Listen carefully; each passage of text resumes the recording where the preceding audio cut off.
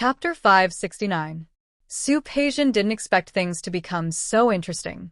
The man named Zhang Yichen was Hui Yifan's uncle? That would be fun. Su Peijian flipped through the photos again. She didn't have a plan at first, but now she was starting to have a different idea. Hu Jinyao couldn't really suspect Su Qingsang with just a few photos that were out of place. After all, Hu Jinyao was not stupid. He could see what she could see. She could also edit the photos and use high-end Photoshop software to make the two of them look like they were together. However, that kind of method was too low-end, and she would not do it. So, how could he make these two people really have a relationship? Xiang Kaiping looked at Su Peijian. It was rare that Su Peijian had been eating at home these past 2 days. She wanted to call Su Qingsang and ask her to send a physical therapy device to Ms. Zhao. Su Peijian, on the other hand, had been staying at home for the past few days. Mom, what's wrong with you? Why are you looking at me like that? Su Peijian gracefully drank the soup in front of her. Ms. Zhao's cooking skills were pretty good.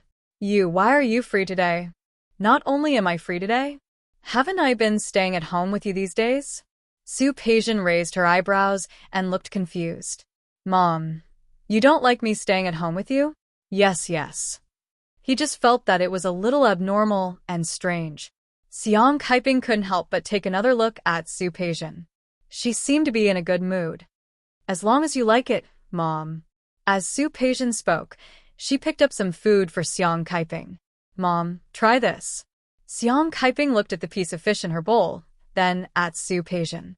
She was confused by Su Peijian's overjoyed attitude.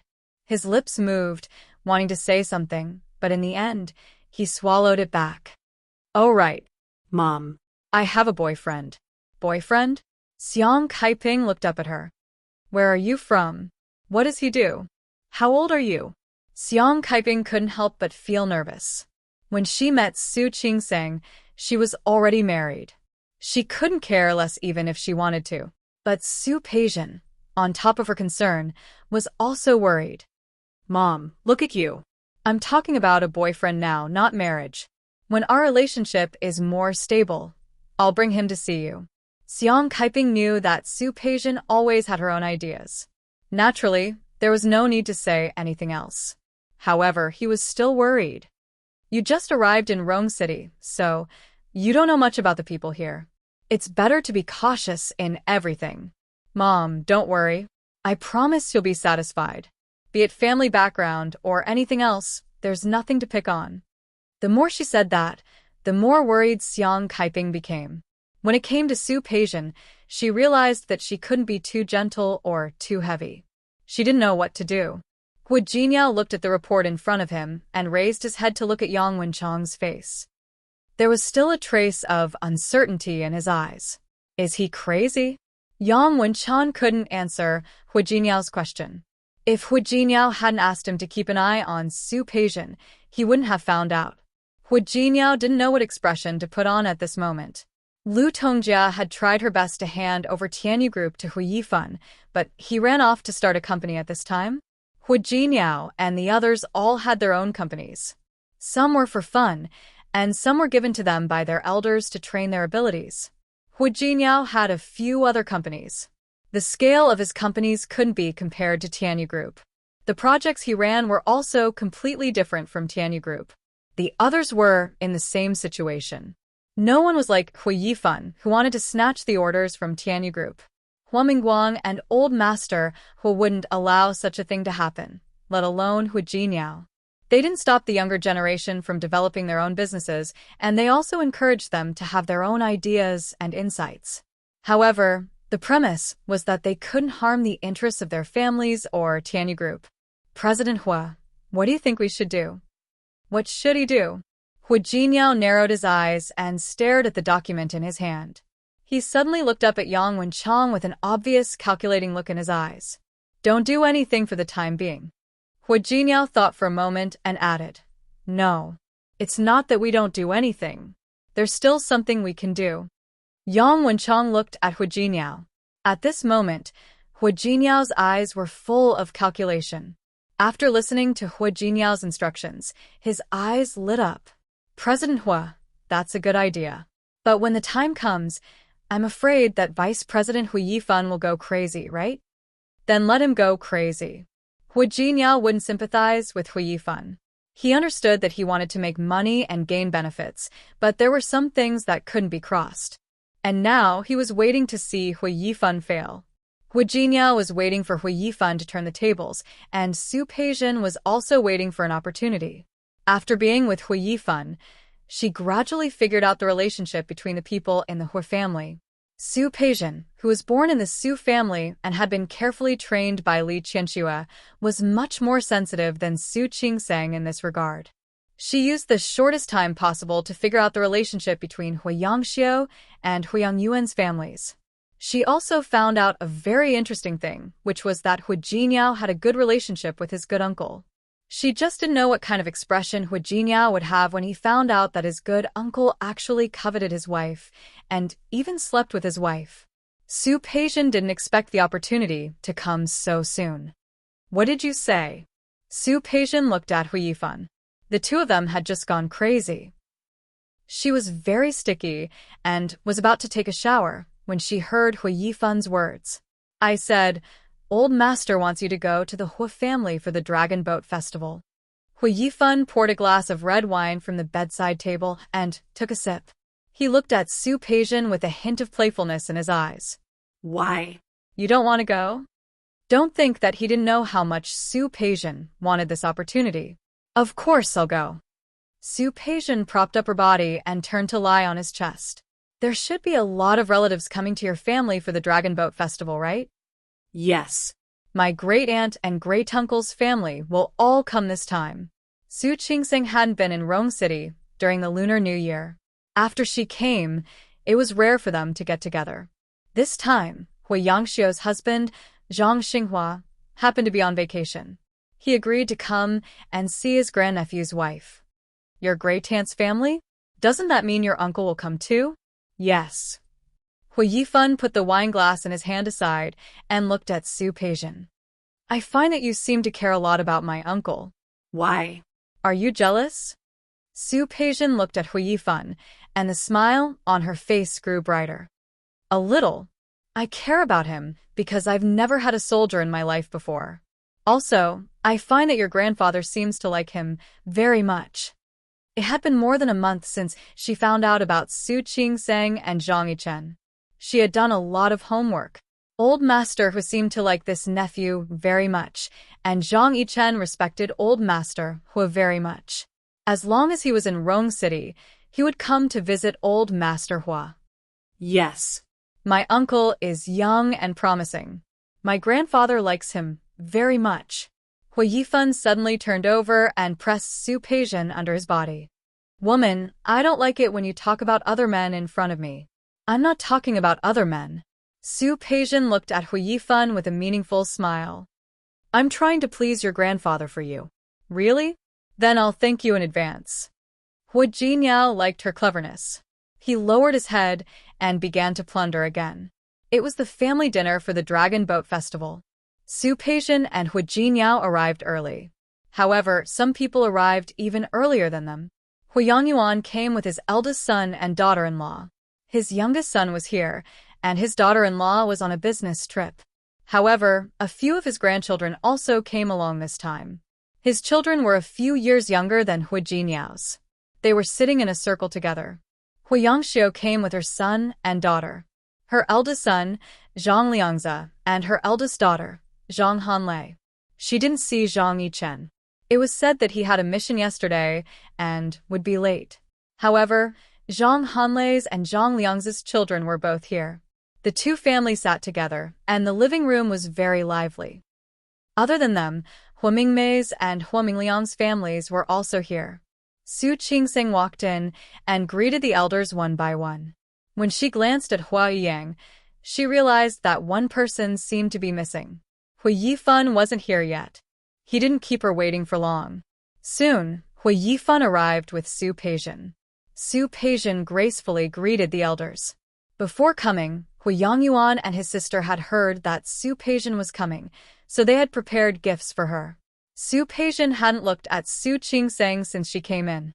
Zhang Hanlei, on the other hand, seemed to have realized something and exclaimed, "What a coincidence! Both Jinyao's wife and Yifan's girlfriend have the surname Su? Not only that, but they're sisters." Hu Mingmei explained. Zhang Hanlei was a little surprised. However, there were many elders here today, so Hu Mingmei didn't make it too clear. She only said that they were sisters. She didn't mention anything about an illegitimate daughter. However, everyone present was smart. Last time when the Su family came, they didn't see Su Peijian. They were afraid that there was something fishy going on. For a moment, everyone's eyes fell on Su Peijian, as if they wanted to understand something. Su Peijian felt everyone's gazes, but she calmly walked to Su Qingsong's side and sat down next to her. Hu Jinyao was talking to old Master Hua. Seeing Su Peijian's action, he almost got up and walked to Su Qingsong. At that moment, Hu Yifan sat next to him. "Brother, let Peijian catch up with her sister. We can talk about the company." Hu Jinyao saw Hu Yifan's expression and then looked in Su Qingsong's direction. At that moment, she gave him a look. Hu Jinyao was relieved. Su Qingsong wasn't someone who would let herself be taken advantage of. "Yeah, we're sisters. You can't tell, can you? Because I look like my grandmother, but my sister looks like my father." Su Qingsong looked at Su Peijian's hand on her arm and didn't pull it away. Instead, she glanced at Su Peijian. "My sister and I, because we don't look alike growing up, people always said that we were cousins, not real sisters." Su Peijian hooked Su Qingsong's hand and smiled brightly. "Actually, these people don't know that we're real sisters." "Sister, don't you think so?" "Yes." There were so many people here, including the relatives of the Hu family. Su Qingsong wouldn't have a conflict with Su Peijian. She grunted in response and tried to pull her hand out. However, Su Peijian held it so tightly that she couldn't break free. "Speaking of which, we've been close since we were young. My sister married my brother-in-law, and I couldn't bear to let her go. I didn't want to be separated from her at all. So, she came to Rome City and I followed." As she spoke, Su Peijian looked at Hu Yifan, her eyes full of gentleness. "I didn't expect my luck to be so good. I met Yifan. I didn't expect him and my brother-in-law to be brothers. It's all right now. We two sisters married two brothers. Speaking of which, it's really a good story. Sister, don't you think so?" Su Qingsong looked at Su Peijian's acting as if it was real, then looked at her arm that was hooked around her and nodded. "Yes, it's really a good story." When she said the word good, she deliberately raised her voice a little. It sounded very much like the dialect of Lin City. In the dialect of Lin City, the pronunciation of good and fake were the same. Others couldn't tell, but Su Peijian definitely knew what she was talking about. Of course, Su Peijian understood. But she was sure that Su Qingsong wouldn't expose her. The smile on her face became brighter and brighter. "Sister, when I think about marrying into the same family as you, I'm really happy." "Yes, I'm very happy too," Su Qingsong said lightly, with a decent smile on her face, but her hand subtly pulled Su Peijian's hand away. Su Peijian didn't let her pull her hand away. Instead, she moved her face closer to Su Qingsong and said in a very soft voice, "Su Qingsong, seeing me appear in front of you like this, and you can't get rid of me, does it make you feel very uncomfortable?" Only they could hear her words. She still had a smile on her face. People who didn't know better would think that the two sisters were talking happily. Su Qingsong looked at the pride on her face, and the smile on her face was even more friendly than she looked. "It's not uncomfortable. I'm actually quite happy." Su Qingsong mimicked her and spoke with a smile. "Do you know why I'm very happy? After all, seeing the once high and mighty young lady of the Su family try so hard to make trouble for me. This matter in itself makes me very happy. What goes around comes around. Didn't you dislike me? Didn't you disdain to care about me? Then why did you appear like this now?" Su Peijian almost couldn't hold the smile on her face. The two sisters were very close, and only Su Qingsong saw the flash of resentment in Su Peijian's eyes. Her expression didn't change, and she successfully pulled her hand out and placed it on Su Peijian's shoulder. It looked like the two sisters were whispering to each other. Su Qing, don't be too proud. Life is full of ups and downs. You can't always be proud. Su Peijian couldn't hold the smile on her face. Yes. I know that life is full of ups and downs, but no matter what, there is one thing that can't be changed. What? That is, you can never be the young lady of the Su family again. Li Qianxua's daughter is me. It wasn't that Su Qing didn't know how to hurt people, but she didn't care. And the premise of her disdain was that Su Peijian didn't provoke her. Su Peijian's face was ugly, and her body stiffened. She almost stood up, but Su Qing pressed her shoulder at the right time. The smile on her face became softer and softer. Sister, you should pay attention to your image. This is the Hui family, and you haven't officially married Hui Yifan yet. In other words, there were still variables in this matter. Hui Yifan might just be playing with her, and it was still uncertain whether she could marry into the Hui family in the end. But she was different. She was now the legitimate young lady of the Hui family. Su Peijian never knew that Su Qing had such a sharp tongue. The smile on her face became very awkward. If it weren't for the last bit of reason reminding her that she couldn't lose her temper in this situation. She couldn't be angry. If she really got angry or lost her temper, it would be exactly what Su Qing wanted. Thank you for reminding me, sister. Don't worry, we will definitely become sisters-in-law. Su Qing nodded and patted Su Peijian's shoulder. Okay, I'm looking forward to it. They faced each other and looked at each other. How could Su Peijian not understand the meaning in Su Qing's eyes? Looking forward to what? Looking forward to her not marrying. Su Peijian couldn't go on. She felt that she wouldn't be able to control herself and wanted to slap Su Qing. She forced herself to calm down, then looked at Su Qing and gave her a meaningful look. Then, she got up and sat down next to Hui Yifan. Hui Yifan could tell that something was wrong with Su Peijian's eyes. He raised his eyebrows silently. Old Master Hui didn't miss their little tricks. Hui Yifan saw it too, and was very sure of it. Su Qing didn't suffer any losses. Okay. No wonder she was his wife. Su Peijian's smile was a little stiff. However, it was only for a moment. It's nothing. Sister asked me when the wedding is going to be held. Whenever you want. I said, this matter still depends on Grandpa. Su Peijian glanced at Hui Yifan, then at Old Master Hua. If Grandpa doesn't object to me marrying into the Hui family, of course, I can do it any time. Not at all. Old Master Hua smiled. During this period of time, he felt that Su Peijian was a good person, knowledgeable and insightful. Most importantly, she and Hui Yifan hit it off. Hui Jinyao was his grandson, but so was Hui Yifan. He was impartial and hoped that both of his grandsons would be happy. While they were discussing the wedding, Hui Yangxiu heard it and wanted to ask when the wedding would be held. Someone else came from the other end. Zhang Yichen. He was on a mission yesterday. After finishing his mission this morning, he rushed to Rong City as soon as possible. When he saw Old Master Hua, he greeted him first and then walked to Hui Yangxiu. Mom. Both of Hui Yangxiu's children were in the army. She cared about both of them. However, she loved her youngest son very much. Look at you. You seem to have lost weight again. No matter how many missions you are on, you have to pay attention to your meals. You always eat irregular meals. Your stomach will be bad in the future. Zhang Yichen didn't say anything. He was used to this kind of nagging every time they met. After greeting the other elders, it was the turn of the younger generation. When he greeted Su Qing, his eyes lingered on her face for a second. Not much, just a second. No one noticed that second, except for Su Peijian. She had been staring at Zhang Yichen since he entered the door. She understood him. She understood every expression on his face and every look in his eyes.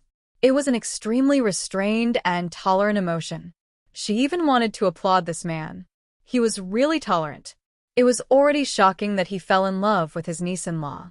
She didn't expect him to be so restrained and tolerant. Except for that 1 second, he didn't look at Su Qing again. If Su Peijian hadn't been paying attention to him, if she hadn't known what he was thinking, she probably wouldn't have noticed it. What are you looking at? Hui Yifan noticed her line of sight and followed her line of sight. Zhang Yichen had already walked to his father and sat down. He was in the same army as Zhang Xinghua, but they didn't see each other often. Because they were in different military regions, they could only see each other when they went home. However, both of them had their own things to do. Sometimes they didn't even see each other once a month. Nothing. Su Peijian shook her head.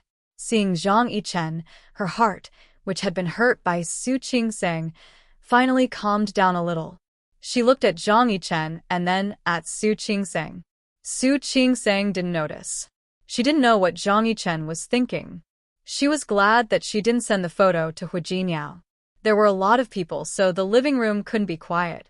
The sound of people talking and talking to each other perfectly covered Zhang Yichen's thoughts. More importantly, he wouldn't allow his emotions to leak out in the slightest on such an occasion.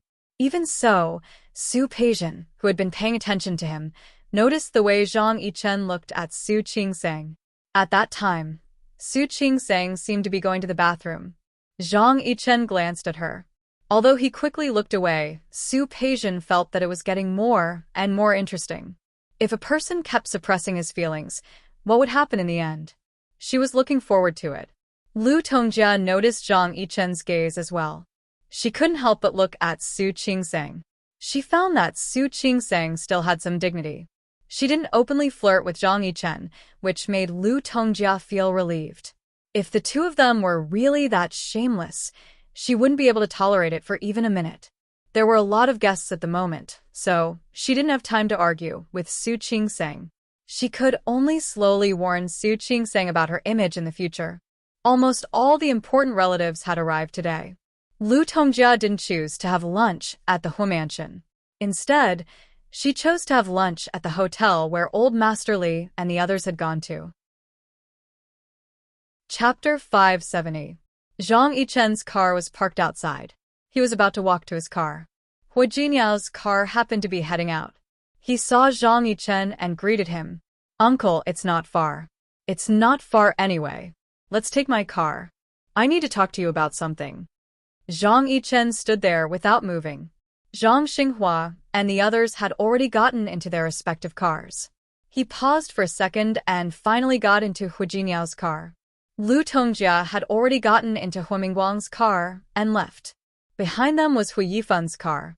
Sitting in Hu Yifan's car, Su Peijian watched Zhang Yichen get into Hu Jinyao's car from afar. The smile on her face grew brighter. Hu Jinyao, you think you're smart and powerful, but you can't even tell that someone is coveting your wife? You're such an idiot. Forget it. I'll be nice and give you a reminder in case you continue being stupid. Su Qingsang sat in the front seat. Zhang Yichen naturally got into the car from behind. "How many days off do you have this time, uncle?" 3 days. His reply was concise and to the point, without a single extra word. Su Qingsang glanced at the rear-view mirror. Somehow, she felt that Zhang Yichen was in a bad mood. She didn't want to explore Zhang Yichen's mind, so she turned around. She saw a mobile stall selling roasted sweet potatoes. Her eyes lit up immediately. But she quickly remembered that they were going to eat now. If she ate a roasted sweet potato, she wouldn't be able to eat later. There was a traffic light in front of them. Hu Jinyao stopped the car and saw Su Qingsang looking at the sweet potato stall at the intersection. "Don't tell me you want to eat sweet potatoes again." "Can't I?" Su Qingsang glanced at him. "They're delicious. We'll have dinner soon. If you eat a sweet potato now, how are you going to eat later?" "I know. I'm just looking." He said he was just looking, but the look in her eyes didn't mean that at all. Hu Jinyao felt helpless. He stopped the car at the intersection in front of them when the traffic light turned green. He got out of the car and quickly bought a sweet potato from the stall under Su Qingsang's smiling eyes. He got in the car and put it in Su Qingsang's hand. "Here." Su Qingsang took the roasted sweet potato and smiled like a contented kitten. "Thank you." "Don't thank me. If you don't eat later, I won't let you touch this thing again." Hu Jinyao sounded like he was lecturing a child. Su Qingsang stuck her tongue out and made a face at Hu Jinyao. "I'll eat half and you can take care of the rest. Then I'll be able to eat." Hu Jinyao didn't want to talk to her anymore. He turned around and went to get the car. I can't? That would be such a waste. Hu Jingyao reached out his hand and rubbed Su Qingsong's cheek. All right, hurry up and eat. Leave the rest to me, okay? Jingyao, you're so nice. Su Qingsong leaned over and kissed him on the cheek. After the kiss, she realized that Zhang Yichen was still sitting in the back of the car. She blushed. He hurriedly backed away, his face full of discomfort. Hu Jingyao noticed it too, but he didn't take it to heart. To him, no matter how old Zhang Yichen was, he was still his elder. Looking at Su Qingsong, he felt a little helpless. You don't have to go that far, do you? You're so satisfied with a roasted sweet potato. Su Qingsong's reaction was to give him a look that said, you don't understand. This kind of pure happiness was something he would never understand. Out of politeness, Su Qingsong asked Zhang Yichen if he wanted some sweet potato.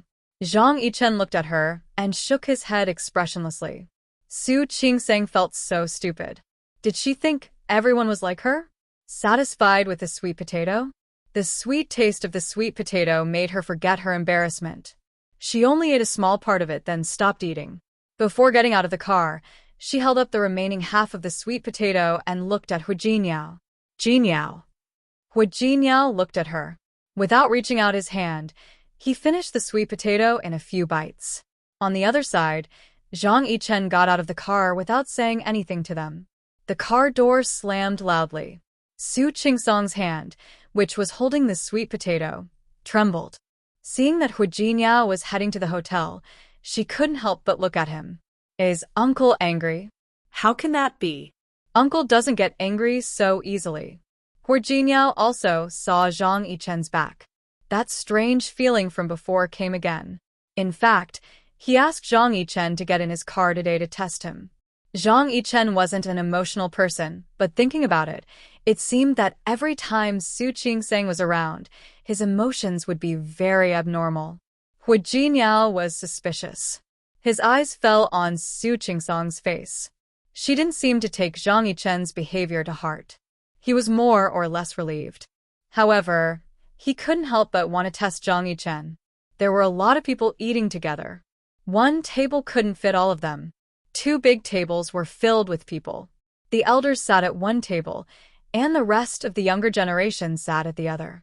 For some reason, when Su Qingsong and Hu Jingyao sat together, Zhang Yichen sat next to Hu Jingyao. Zhang Yichen and Hu Jingyao were good friends. When they sat together, no one would think too much. Sitting next to Su Qingsong was Su Peizhen and Hu Yifan. Su Peizhen had deliberately sat down a little later just to sit with Su Qingsong. Hu Jingyao had to drive later, so he didn't drink. Su Qingsong didn't like drinking, so she politely declined. However, Su Peizhen didn't want to let it go. She raised her glass and looked at Zhang Yichen. This is the first time I've met you, uncle.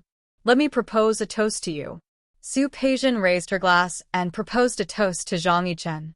In the past, Zhang Yichen wouldn't drink. But today, for some reason, he drank it. Su Peizhen smiled. After drinking half of the wine in her glass, she glanced at Hu Yifan.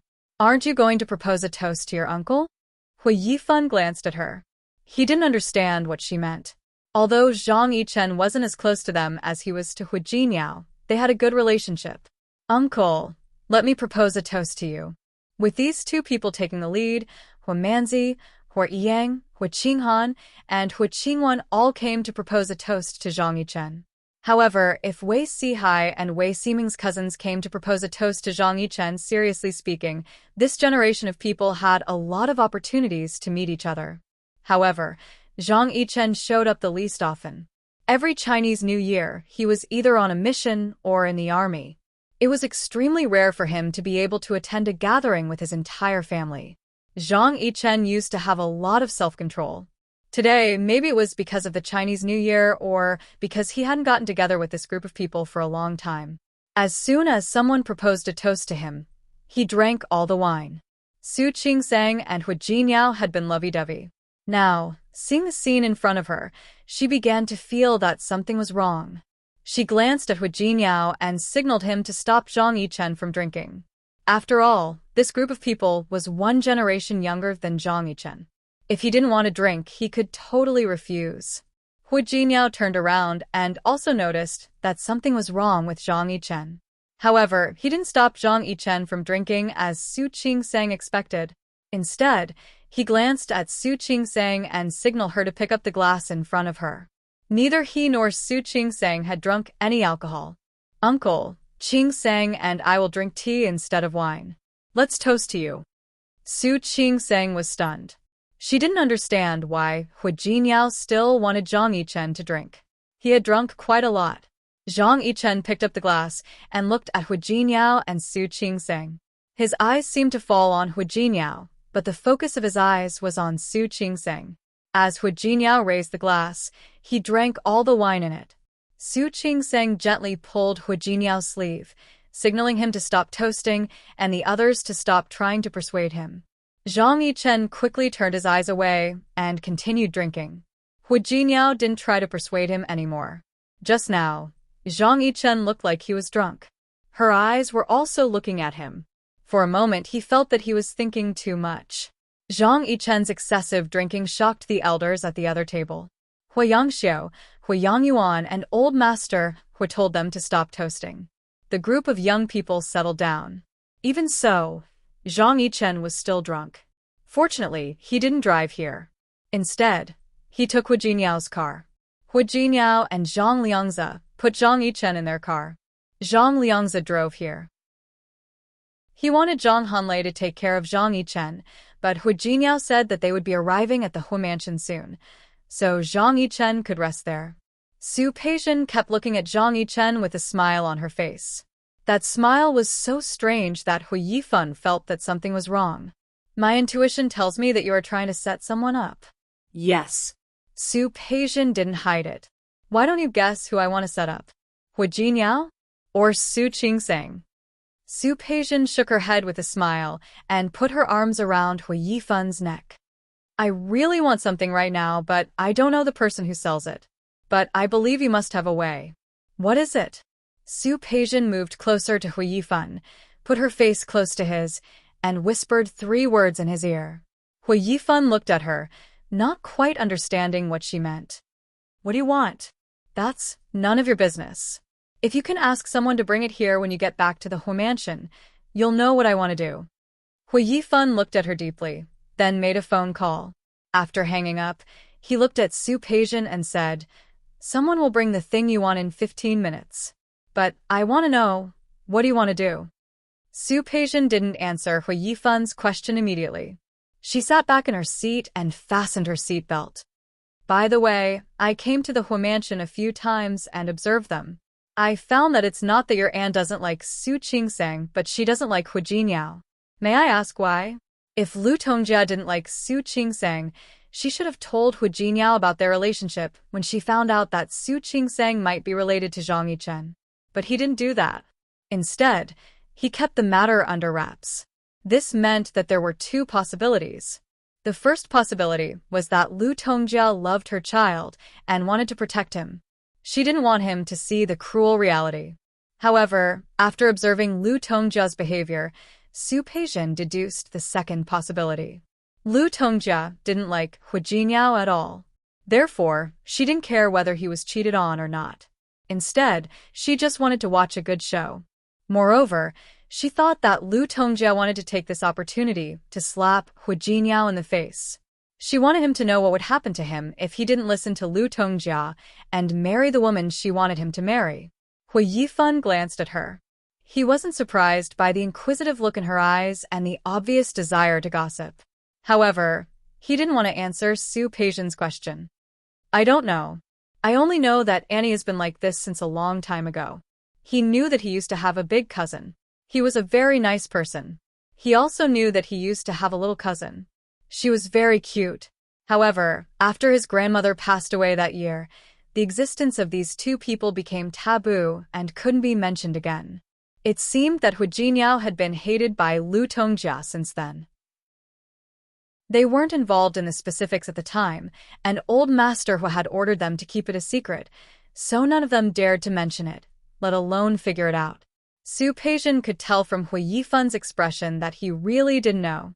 She did not feel discouraged. Perhaps this was another point that she could start with. There must be a special reason for a mother to hate her child so much.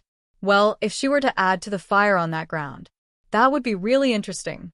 Hu Jingyao settled Zhang Yichen in the guest room. Lu Tongjia had made the necessary arrangements a long time ago when she found out that her relatives would be staying at the Hu mansion. Zhang Yichen's room was on the 3rd floor. After all, he had always been on good terms with Old Master Hua. Old Master Hua's room was on the 3rd floor. However, Hu Jingyao didn't know about Lu Tongjia's arrangement. He wanted to go back to his room, so he directly sent Zhang Yichen to the guest room on the 2nd floor next to his own. Su Qingsang was going back to her room to rest, but for that reason, she followed Hu Jingyao. She watched as Hu Jingyao walked Zhang Yichen back to his room and put him on the bed. He really seems to be very drunk. Should I ask someone to bring him a bowl of soup? Hu Jingyao didn't object. I'll call inside and ask Xia to bring it up. He turned to look at Su Qingsang. There was no worry or concern in her eyes. She looked as if a relative had come to visit her. He felt like he should be the host. You must be tired. Go back to your room and rest. I'm here. Su Qingsang didn't object. She didn't want to stay here, especially when she thought of how awkward she had been when she met Zhang Yichen several times. After she left, Hu Jingyao looked at Zhang Yichen's face, which was so red that it was almost purple. Was the look he gave Su Qingsang on purpose or not? After all, they had grown up together. Hu Jingyao didn't want to think too badly of Zhang Yichen. He waited for a while, but Xia didn't bring up the soup. He walked out of the room to ask Xia what was going on. There were many guests that day. Although Zhang Yichen was the one who drank the most, there were also people who drank a lot. The elders all drank a little. At that moment, Lu Tongjia was ordering people to bring them the soup. Hu Jingyao stood on the stairs and listened to Lu Tongjia's instructions. The soup would be delivered, so he didn't worry anymore. He turned and went upstairs to Zhang Yichen's room to wait.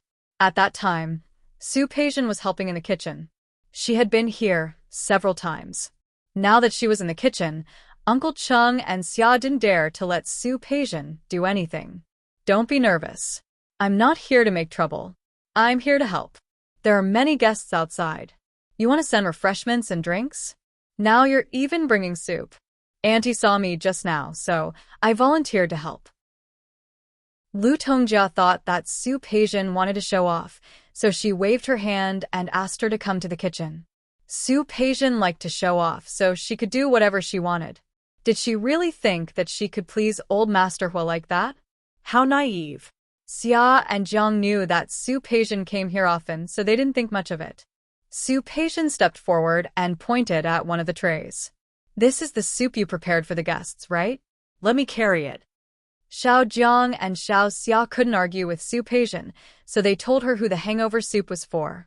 Xiao Jiang led Su Peijian upstairs. Su Peijian was only here to help, but this was Jiang's job. Then, you lead the way. I'll carry it from behind. Su Peijian smiled warmly. Jiang let her guard down. They worked as maids in the Hua family. Their salary was higher than outside, and the work wasn't too tiring. The master was quite polite to them. However, there weren't many people who were as kind as Su Peijian. Jiang enjoyed it very much. She walked in front and quickened her pace. Su Peijian followed behind her and delivered the guests who had drunk a little too much and wanted to give them soup to sober them up. Now, there was only one bowl left. Su Peijian followed Jiang into the guest room that Lu Tongjia had arranged for Zhang Yichen, but she didn't find him. Jiang thought for a moment. In the past, when Zhang Yichen came, he would stay next to Hu Jingyao. Could he be here this time? Maybe he's next to young master. There's only one bowl left. Miss Su, let me do it. Sure. Su Peijian handed the tray to Jiang with a smile. Uncle's bowl is the only one left, right? Yes, this is the only one left. Let me do it. Go and rest. Thank you for today. You're welcome. It's nothing. The most important thing is to share Auntie's and Grandpa Hua's worries. Jiang nodded. She understood Su Peijian's choice. Although Su Qingsang was going to marry Hu Yifan, Lu Tongjia and Old Master Hua were the ones who had more authority in this family. She carried the soup to Zhang Yichen's room next to Hu Jinyao's. Su Peijian wasn't in a hurry to leave. She walked very slowly toward the stairs. However, when she was halfway up the stairs, she turned around and walked toward Hu Jinyao's room. When she arrived at Zhang Yichen's room, Zhang had already gone in. She seemed to be able to see the sleeping figure on the bed. She knew that Zhang Yichen was dead drunk. The effect of the medicine wouldn't work immediately. Chapter 571. Zhang Yichen was indeed very drunk. His eyes were closed. The excessive alcohol and the fact that he hadn't drunk like this for a long time put him in an extremely uncomfortable state. Hu Yangxiu had come up to see him. She was touched when she saw Hu Jinyao taking care of him. She was old and had flown to Rome City early that morning. Hu Jinyao told her to go back to her room and rest. He could take care of Zhang Yichen. Hu Jinyao didn't think much of it when Xia brought the soup over. He called Zhang Yichen's name in a low voice. Seeing that Zhang Yichen didn't respond, he helped him up and let him drink. Su Peijian just wanted to make sure that Zhang Yichen drank all the soup. She didn't need to care about what happened next. She saw Zhang Yichen drink the soup to dispel the hangover. Su Peijian had only heard about this kind of thing before, but she had never tried it herself. She wouldn't try it, so she didn't know how effective it was. When Xiao Xia came out after delivering the soup, Su Peijian was nowhere to be seen. The room was quiet. Hu Jinyao stood next to Zhang Yichen and looked at him. His slightly narrowed eyes were a little worried and a little curious. Did Zhang Yichen have a misunderstanding about Su Qingseng, or the person sleeping on the bed didn't respond? Hu Jinyao stared at him for a while and was about to leave. Zhang Yichen, who was lying on the bed, opened his eyes. "Uncle? How are you?" Zhang Yichen had drunk the wine. In his half-awake state, he felt that he saw Su Qingseng. The word uncle was very soft, but it sounded familiar. He had heard it somewhere before. He tried to open his eyes to see clearly, but the alcohol and the drug stimulated the deepest desire in his heart. Qingseng. Hu Jinyao was stunned by the two simple words. He stared at Zhang Yichen's face and spoke very softly. "Uncle, what did you call me?" His voice was too soft to be heard clearly. Zhang Yichen felt that the voice came from far away, but it also seemed to be very close. He was drugged. Although it wasn't an aphrodisiac, the one Su Peijian chose for him could arouse the deepest desire in his heart. He blinked, trying to see the person in front of him clearly, but he couldn't. Hu Jinyao took a step forward and stood by the bed. He stared at Zhang Yichen's face, his facial features becoming more and more profound. "Uncle, who are you calling?" "Qingseng." Normally, no amount of alcohol would make Zhang Yichen lose his composure. But now, the desire in his heart had reached an uncontrollable level. He suddenly reached out and grabbed Hu Jinyao's wrist.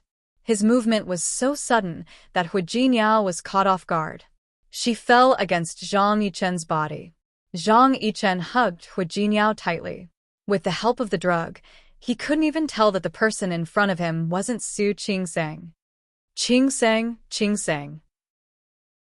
The emotions that he had been suppressing were now completely released under the effects of alcohol and drugs. Even so, Zhang Yichen still cared about their identities. He didn't say anything else to Su Qingseng. Hu Jinyao couldn't move. His speculation had become a reality. With great difficulty, he propped himself up and stared at Zhang Yichen, who was bewildered and confused. "You like Qingseng?" He couldn't like her. He couldn't like her. In the end, Zhang Yichen nodded. "Yes. Qingseng, I like you." She was so special and so smart. He didn't feel it the first time they met, but he felt it again and again. In fact, he didn't spend much time with her. But because of that, he couldn't forget her. "Qingseng, Qingseng. I like you." He hugged Hu Jinyao and whispered how much he missed him. But that was all. His strong willpower was in conflict with his inner feelings. Even if what he was seeing was just an illusion, he didn't want to and couldn't do more to Su Qingseng. The others didn't understand, but Hu Jinyao did. He restrained himself. Even when he was hugging him, he controlled his strength. He couldn't help but move away from his arms.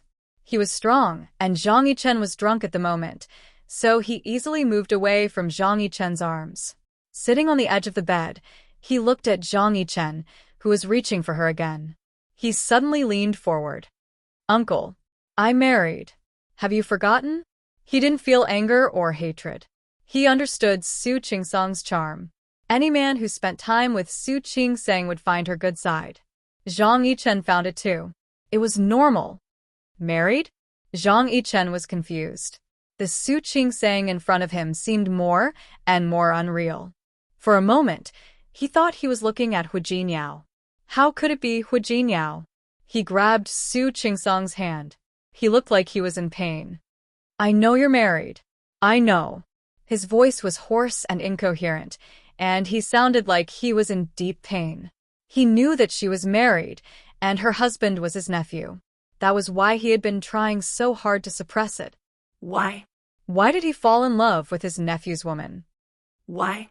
Why are you married? Why? Wasn't I the one who met you first? Zhang Yichen's voice was filled with pain. The greatest pain was not being able to get what one wanted.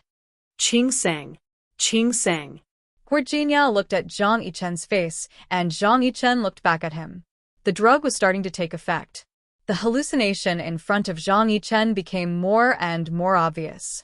To his surprise, he saw Su Qingsang staring at him with a gentle face. Qingsang, Qingsang, Qingsang, if I were the one you met first, would you like me? He reached out and hugged her again. Tell me, would you like me too? Would you? He couldn't forget the first time they met. They stood in the corridor of the hospital. She raised her eyebrows and looked at him with a faint smile on her face. She was so smart.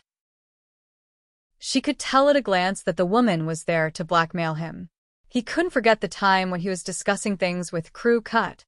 He thought he had hidden well. However, Su Qingsang happened to bump into him. She was scared, but she pretended to be calm. She wouldn't beg for mercy. He hadn't seen her much, but he was amazed at the first sight, fell in love with her the second, and fell in love with her the third. He still remembered how relaxed and happy she was when she was with Hu Jinyao. The more he remembered, the more he restrained himself. He knew it was impossible, so he tried his best to suppress it. But those thoughts kept rolling around in his mind in his dreams at night. He always suppressed himself during the day, but he couldn't help but think of Su Qingsang at night. The situation in front of him was different from the dream. The deepest desire in his heart was aroused. He thought that what he saw was an illusion. It was the figure in his dream. He couldn't help but ask the question he had wanted to ask the most. Qingsang, Qingsang, if I were the one you met first, would you like me? He stared at the Su Qingsang in front of him, insisting on an answer. Hu Jinyao knew that Zhang Yichen was drunk and not sober, but the truth came out of his mouth. The reason why he said that was because he already had such thoughts in his mind. Uncle. He heard his wife's name coming from another man's mouth over and over again. And this man was his uncle. Hu Jinyao wasn't in a good mood. His face was a little gloomy. Qingsang is married. He reminded him again that no matter what thoughts he had in his mind, he should throw them away and destroy them completely. Immersed in the illusion, Zhang Yichen didn't realize that it wasn't Su Qingsang who said that. He only heard Su Qingsang say that she was married.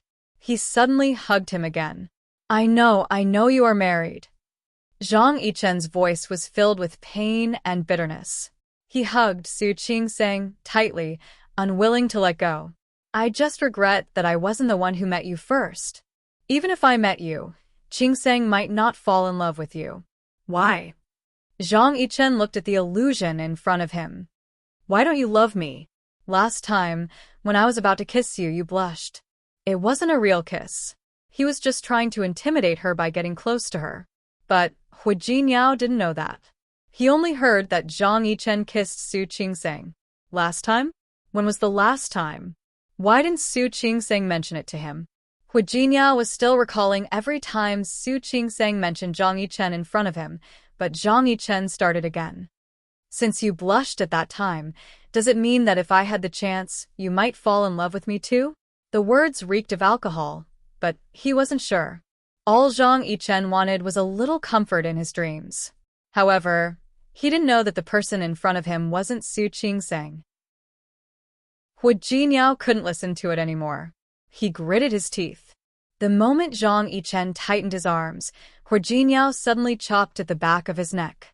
Caught off guard, Zhang Yichen passed out just like that. Hu Jingyao moved away from his arms and patted his clothes. His body quickly took a big step back. Staring at Zhang Yichen's face, he pursed his lips and looked a little angry. Zhang Yichen was coveting his wife. Even though Zhang Yichen was his uncle and they were close, Hu Jingyao couldn't stand it. Not only could he not stand it, but he was also very angry. He knew that Su Qingseng was his wife. But he still did it. Hu Jinyao's chest rose and fell violently. He stared at Zhang Yichen's face for a while, but he didn't want to stay there any longer. He turned around and went back to his room. Su Qingseng was resting in her room, with 2 or 3 thick professional books by her side. She was very focused on the books. Occasionally, she would pick up a pen and make notes. Before she could finish writing, Hu Jingyao suddenly hugged her. Su Qingseng was startled, and she almost dropped the pen in her hand. Jingyao. She felt that Hu Jingyao wasn't going to let go of her, so she had to put the book and pen aside. Inevitably, she had to move away from his arms for a while. But even for a while, Hu Jingyao quickly reached out and hugged her tightly again. Su Qingseng was stunned. Her body was pressed tightly in his arms, and she couldn't move. Jingyao. She called him a few times, but Hu Jingyao didn't let go of her. Su Qingseng couldn't help but ask, "What's wrong?" Hu Jingyao didn't let go. He thought of what Zhang Yichen had said. Why didn't I meet you first? What if Zhang Yichen had met Su Qingseng first? Would Su Qingseng fall in love with Zhang Yichen? Jingyao. He didn't move. Su Qingseng was even more confused.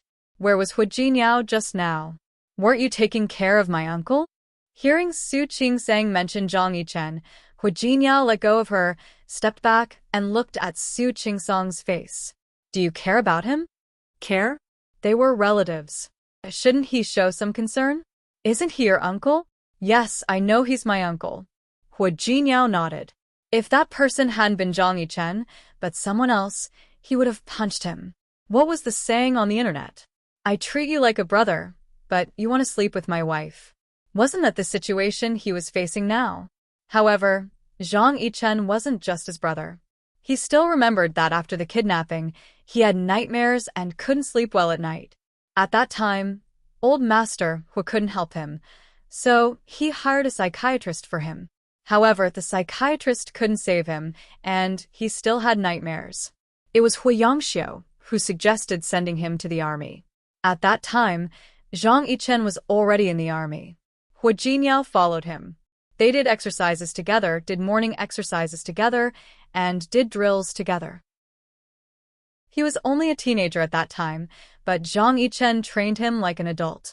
However, the effect was also very direct. He was very tired every day, extremely tired. As a result, he slept like a log at night. He didn't even have a dream, let alone a nightmare.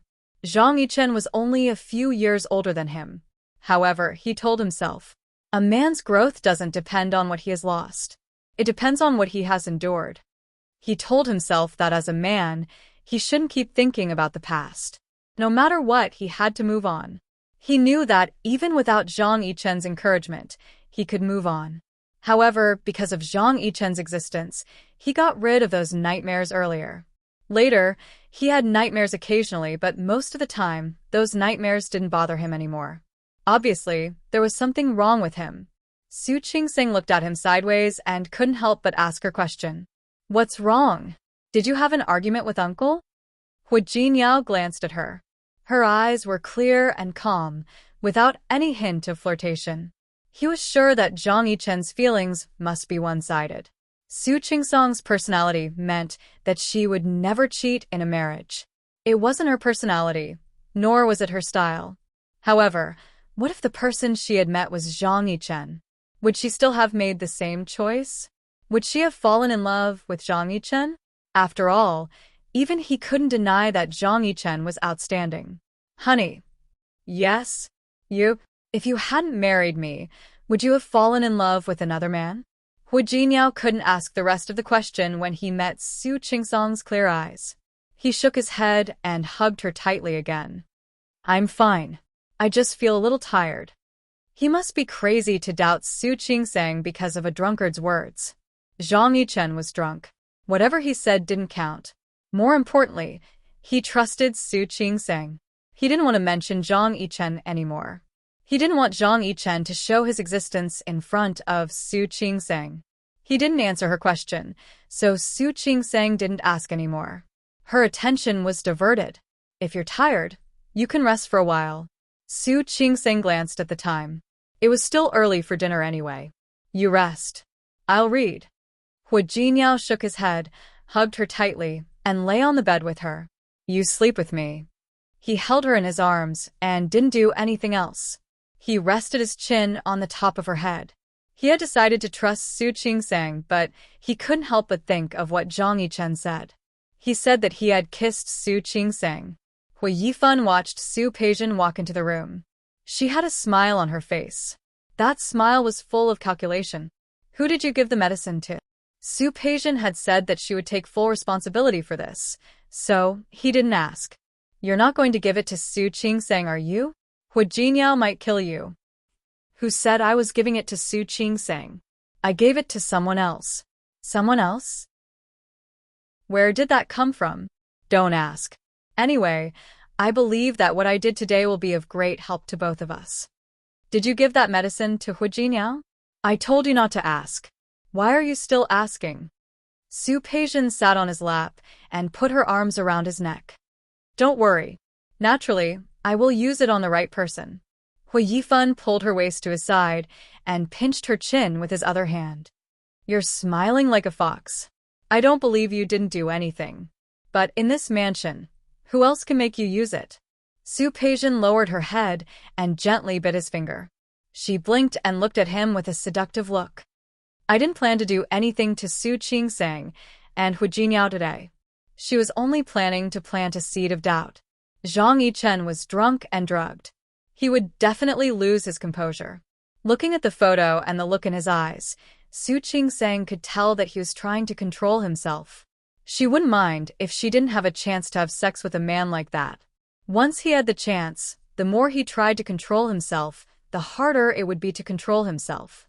Once Zhang Yichen lost his composure, the seed of doubt would be planted in Hu Jinyao's heart. Hu Jingyao might not suspect Su Qingsong at the beginning, nor would he do anything to her at the beginning. But what if the seed grew bigger and bigger? What if the seed grew into a big tree, and Hu Jingyao saw it? Would he still be able to stay calm then? Su Peijian gently brushed her lips against Hui Yifan's finger and turned her head to look at him. Don't worry. We're about to have a good show. Hui Yifan didn't like Su Peijian hiding everything from him. He gripped her chin and scanned her face with his sharp eyes. Woman, are you hiding something from me? Yes. Su Peijian didn't deny it at all. Everyone has secrets. I just don't want to tell you right now. Can't I?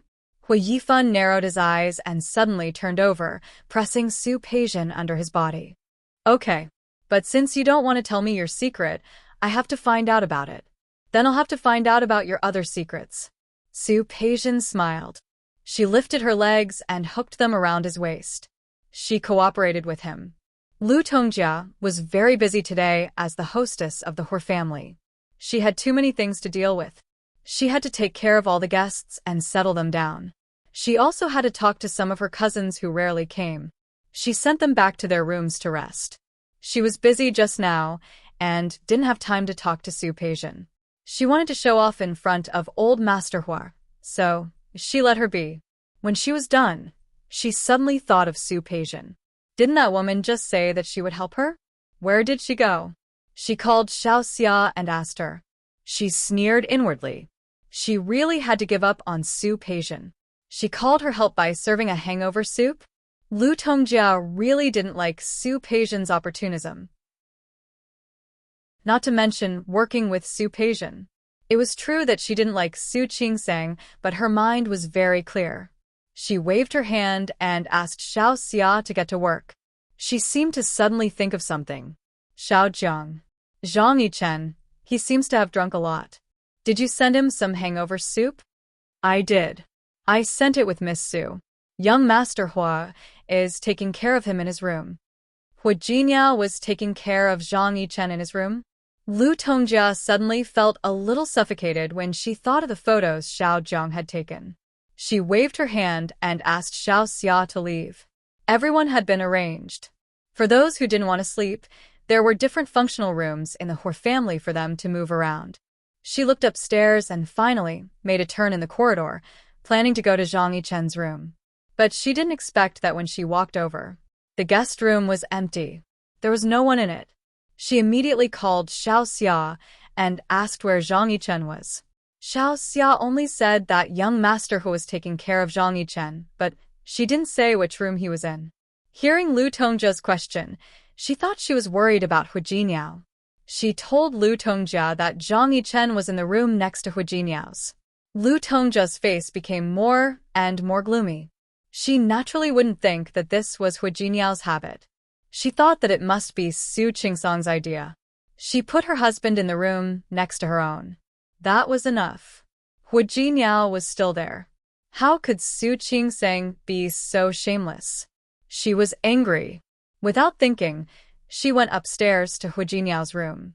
She almost had the urge to tell Hu Jiniao about Zhang Yichen and Su Qingsang's dirty things. However, when she walked to Zhang Yichen's room, before she could open the door, she saw Su Qingsang rush out of the room. Her clothes were a little messy. Her hair was also messy. When she saw Lu Tongjia, Su Qingsang was stunned for a moment. Then her face instantly turned red. Lu Tongjia's expression changed when she saw Su Qingsang's guilty look. She took a step forward and stared at Su Qingsang's face. She still remembered what Xiao Xia said. Hu Jiniao was taking care of Zhang Yichen in the room. Was that Hu Jiniao in the room? But what was Zhang Yichen doing? Wasn't Zhang Yichen in the room too? Auntie. Su Qingsang nodded and was about to go to her room next door. However, Lu Tongjia blocked her way. She glanced into the room. What was going on? Where is Hu Jiniao? Where is he? He's in a room, Su Qingsang said quickly. She walked around Lu Tongjia and was about to leave. Chapter 572. Su Qingsang's attitude made Lu Tongjia even more certain that there was something wrong with Su Qingsang. Su Qingsang, you. Before she could finish her sentence, she saw Zhang Yichen, who was also disheveled, open the door. When he saw Su Qingsang, he held her in his arms. Su Qingsang's whole body froze. She was being held by another man in front of her mother-in-law. And this man was Hua Jiniao's uncle? It couldn't get any more embarrassing. She struggled, trying to get Zhang Yichen to let go of her. However, Zhang Yichen was so strong that she didn't have a chance. Lu Tongjia's face turned green when she saw what was happening. What are you doing? Auntie, it's not what you think. Su Qingsang was so embarrassed. She didn't understand how things had turned out like this. Hu Jiniao said he was going to sleep, and he really fell asleep with her in his arms. The problem was that she didn't want to sleep today. Not only did she not want to sleep, but she was also very energetic. After Hu Jiniao fell asleep, she picked up her professional book and continued reading. However, her phone rang after a short while. It was Shi Mengwan. Su Qingsang didn't think much about it because she didn't want to wake Hu Jiniao up. She walked out of the room with her phone and stood at the end of the corridor. It was the study, and there was no one there. It was a good place for her to talk to Shi Mengwan. She could feel that Shi Mengwan was in a bad mood. In fact, Shi Mengwan was in a bad mood. She had gone to France to participate in the local design competition. After the preliminary round, she had participated in the semi-finals. She had the greatest hope of making it to the finals. Even if Shi Mengwan couldn't win a place in the final, it was an affirmation of her ability to participate in the competition. Shi Mengwan was still very young. She was already very happy that she had made it this far. However, extreme joy turned to sorrow. She didn't expect that she would be successful in her career, but frustrated in her love life. Ever since she accidentally got involved with Zhang Haoze, she knew that Chen Feifei was with Zhang Haoze. She tried her best to resist. She didn't want to be a mistress. However, she couldn't escape the desire in her heart, nor could she escape the desire to make Jean Hauser think of her. Coincidentally, she had a relationship with Jean Hauser. She hadn't figured out where to go with this relationship. She wanted to take the opportunity of going to France to think about it. However, she didn't expect that when she went to France, she would see the news of Jean Hauser and Chen Feifei's engagement in the local media in Lin City.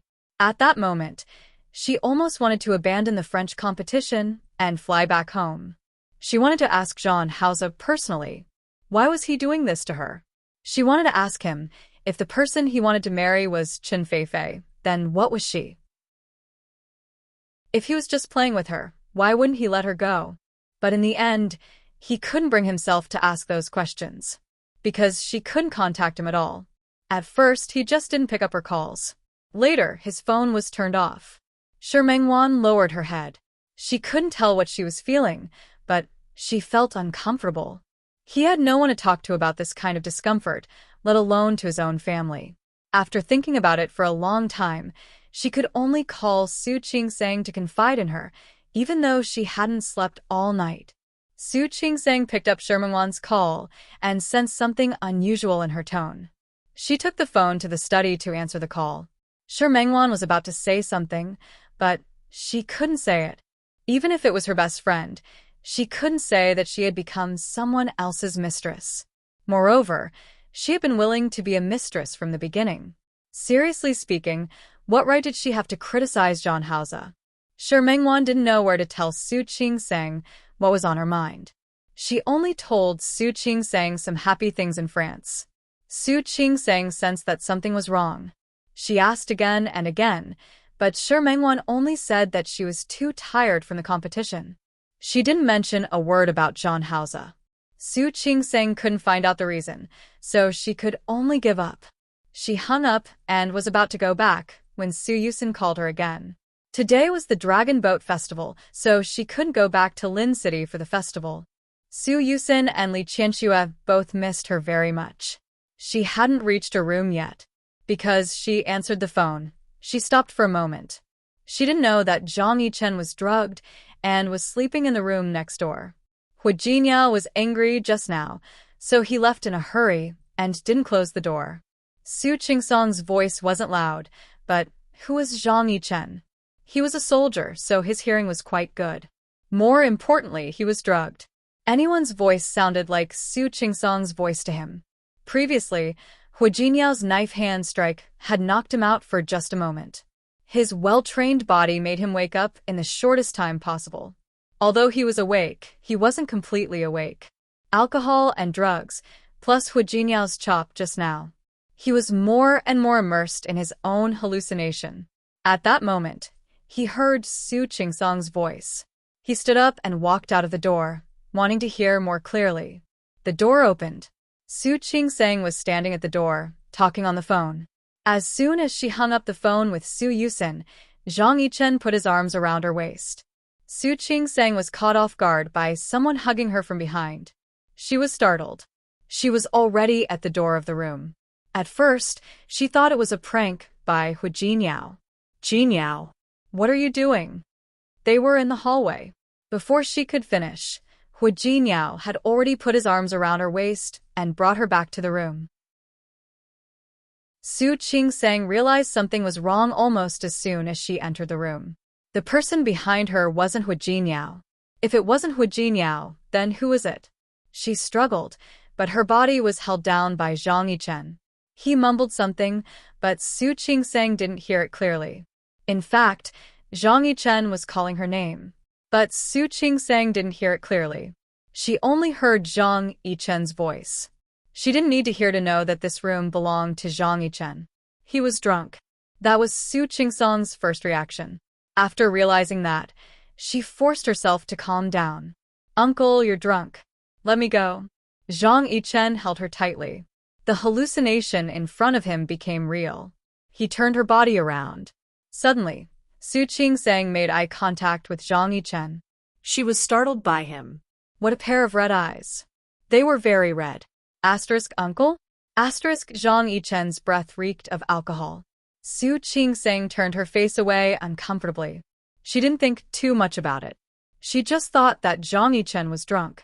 Zhang Yichen stared at the hallucination in front of him. His mind was blank and confused. His reason and his desire were fighting in his heart. The fragrance of the person in his arms was so real.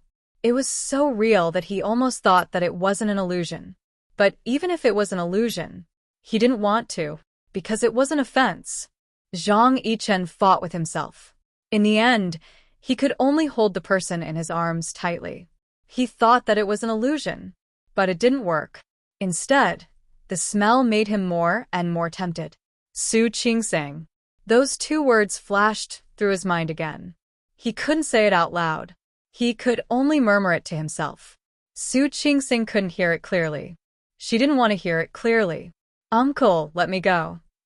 Zhang Yichen lowered his head, wanting to take a deep breath of her scent. Su Qing was startled. Without any hesitation, she raised her foot and kicked Zhang Yichen's calf. If it were any other time, she wouldn't have been able to do that. But today, Zhang Yichen was drugged. He was obviously out of his mind. He had also tried his best to protect her, which allowed Su Qing to escape from his arms. Su Qing had been hugged and pressed against by Zhang Yichen. Her hair was messy, and her clothes weren't as tidy as before. However, she didn't expect to run into Lu Tongjia as soon as she went out. The situation made her feel so embarrassed that she wanted to die. She didn't have time to explain to Lu Tongjia. Zhang Yichen, who was behind her, rushed out and hugged her again. Lu Tongjia's face turned completely green. She pointed at the two of them, her face livid. Lu Tongjia glared at Su Qing. She wanted to burn a hole in Su Qing's body with her eyes. What? What are you doing? Lu Tongjia's face darkened. If her eyes were solid, Su Qing would have been crushed into powder. Auntie, it's not what you think. Uncle is drunk. Drunk? Lu Tongjia was so angry that she laughed. What a shameless couple. You've done such a shameless thing, and you're trying to cover it up? What? Do you think everyone else is stupid? His words were a little harsh, but Su Qing couldn't care less now. She struggled, trying to make Zhang Yichen let go of her. However, Zhang Yichen's strength wasn't something she could fight back against. Lu Tongjia's whole body trembled. She pointed at Su Qing, feeling very angry. How dare you? This was really going against the heavens. How can you be so shameless? Don't you have any shame? Su Qing, don't forget who you are. Of course, Su Qing wouldn't forget who she was. She also felt embarrassed. But she didn't want the situation to be like this. Auntie, please do me a favor. It's really not what you think. Uncle is drunk. Hu Jinya walked out of the room as soon as she finished speaking. He had been sleeping, but was woken up by the sudden noise. Hearing Lu Tongjia's suppressed voice, he walked out. He didn't expect to see the scene in front of him. Jinyao. Su Qing's face was full of surprise when she saw him. You're here. Come and help me pull Uncle away. He's drunk. Hu Jinyao glanced at Su Qing, then looked at Zhang Yichen, who was holding her tightly. Drunk? Ha. Was he drunk, or was he pretending to be drunk to take advantage of her? Thinking of how Zhang Yichen had mistaken him for Su Qing, he couldn't help but feel angry. He took a few steps forward and pulled Su Qing away from Zhang Yichen's arms. Without hesitation, he punched Zhang Yichen's cheek. Zhang Yichen didn't wake up after being punched. He stood there and looked at Hu Jinyao, who was in front of him. Without thinking, he hugged him. Hu Jinyao was angry. He raised his hand and punched him again. Zhang Yichen took 2 punches in a row, but he didn't wake up. Instead, he walked towards Hu Jinyao. Su Qing had just escaped from Zhang Yichen's hands. She was still in shock. Meeting Lu Tongjia's eyes, she wanted to explain, but she knew that Lu Tongjia had already made up her mind. Lu Tongjia could see it with her own eyes, so Lu Tongjia wouldn't listen to her. She didn't want to explain to Lu Tongjia. As long as Hu Jinyao believed her, that was enough. She didn't know how Zhang Yichen became like this. She turned to look at Zhang Yichen. He was drunk, probably because he was drunk. However, when she saw Zhang Yichen stubbornly holding on to Hu Jinyao after Hu Jinyao punched him a few times, she began to feel that something was wrong. She was a doctor, even though she majored in obstetrics and gynecology. However, Zhang Yichen didn't look like he was drunk. Seeing that his face was red, and he still wanted to hold on to Hu Jinyao, she suddenly stepped forward. "Jinyao, wait. Stop hitting him." She was pleading for Zhang Yichen. Hu Jinyao's face darkened. He almost wanted to punch Zhang Yichen a few more times. "Jinyao, there's something wrong with your uncle." She stepped forward and grabbed Hu Jinyao. "See if you can restrain him. I'll check on him." Hu Jinyao looked at Su Qingseng. Her face was serious, and she didn't look like she was joking. He looked at Zhang Yichen. He seemed to realize that something was wrong with Zhang Yichen. He stepped forward and knocked Zhang Yichen out with a karate chop. Zhang Yichen was hit a few times, and this time, he passed out completely. Hu Jinyao caught Zhang Yichen's body and put him back in the room. Su Qingseng followed him in and opened Zhang Yichen's eyes immediately. His pupils were dilated unnaturally, and he seemed to be on a rampage. Maybe it was because of the alcohol, but she also knew that there could be another reason. She had seen a pregnant woman before. That woman was pregnant, but she didn't know that she was pregnant. Someone gave her a drink, and she drank it. Later, she found out that the drink had been spiked with hallucinogens. Hallucinogens, ecstasy pills, and other drugs could sometimes cause a reaction similar to that caused by alcohol. Inexperienced doctors wouldn't be able to tell. "I suspect that he drank something he shouldn't have." Su Qingseng had only suspected it, but now she could basically confirm it. She looked up at Hu Jinyao and said, "Jinyao, I need a doctor in this field. I want to take a blood test for him." Hu Jinyao looked at Su Qingseng and thought of Zhang Yichen's usual behavior. He had always been calm and rational, almost to the point of restraint. Today was indeed a little strange. He nodded and called the doctor. There were so many guests in the Hu family, so it wasn't a good time to send Zhang Yichen to the hospital. Lu Tongjia came in as well. She looked at the two people in front of her and sneered. "Su Qingseng, don't try to confuse us. It's obvious that you two are in cahoots. You're talking nonsense to cover your tracks. I'm telling you, it's useless." Su Qingseng glanced at Lu Tongjia and didn't pay much attention to her. She looked at Hu Jinyao with expectation. As long as he believed in her, that was enough. She didn't need the whole world to agree with her. Hu Jinyao stepped forward and held her hand. He looked at Zhang Yichen, who was lying on the bed. He started to have the same worries as Su Qingseng. Su Qingseng tightened her grip on his hand. Although she looked calm, she was still afraid that Hu Jinyao would misunderstand her. "I believe in you." Hu Jinyao's simple words sounded powerful and resonant. Su Qingseng smiled and held Hu Jinyao's hand with both hands. The scene in front of her eyes was so dazzling. Lu Tongjia almost couldn't stand it anymore. "Good, very good indeed. I know that I have a loving son, but I didn't expect you to be so loving." She looked back and forth between Hu Jinyao and Su Qingseng, then finally looked at Hu Jinyao. "Hu Jinyao, you're a grown man and married. Can you not be so naive? This woman has no feelings for you at all. To put it bluntly, she's just using you. She can hook up with Zhang Yichen behind your back today. Tomorrow, she can hook up with another man behind your back. Things are so clear now. It's completely in front of you. You still don't believe me? What? Do you want to wait until the day you catch her in bed with your own eyes to believe it?" Su Qingsong's lips moved, and she was about to retort because her words were really unpleasant to the ear. Hu Jinyao squeezed her hand. He turned to face Lu Tongjia, his eyes deep and firm. "Mom, you don't have to say that. I believe Qingseng. I believe in her character. I also believe in Uncle's character." They won't do what you said.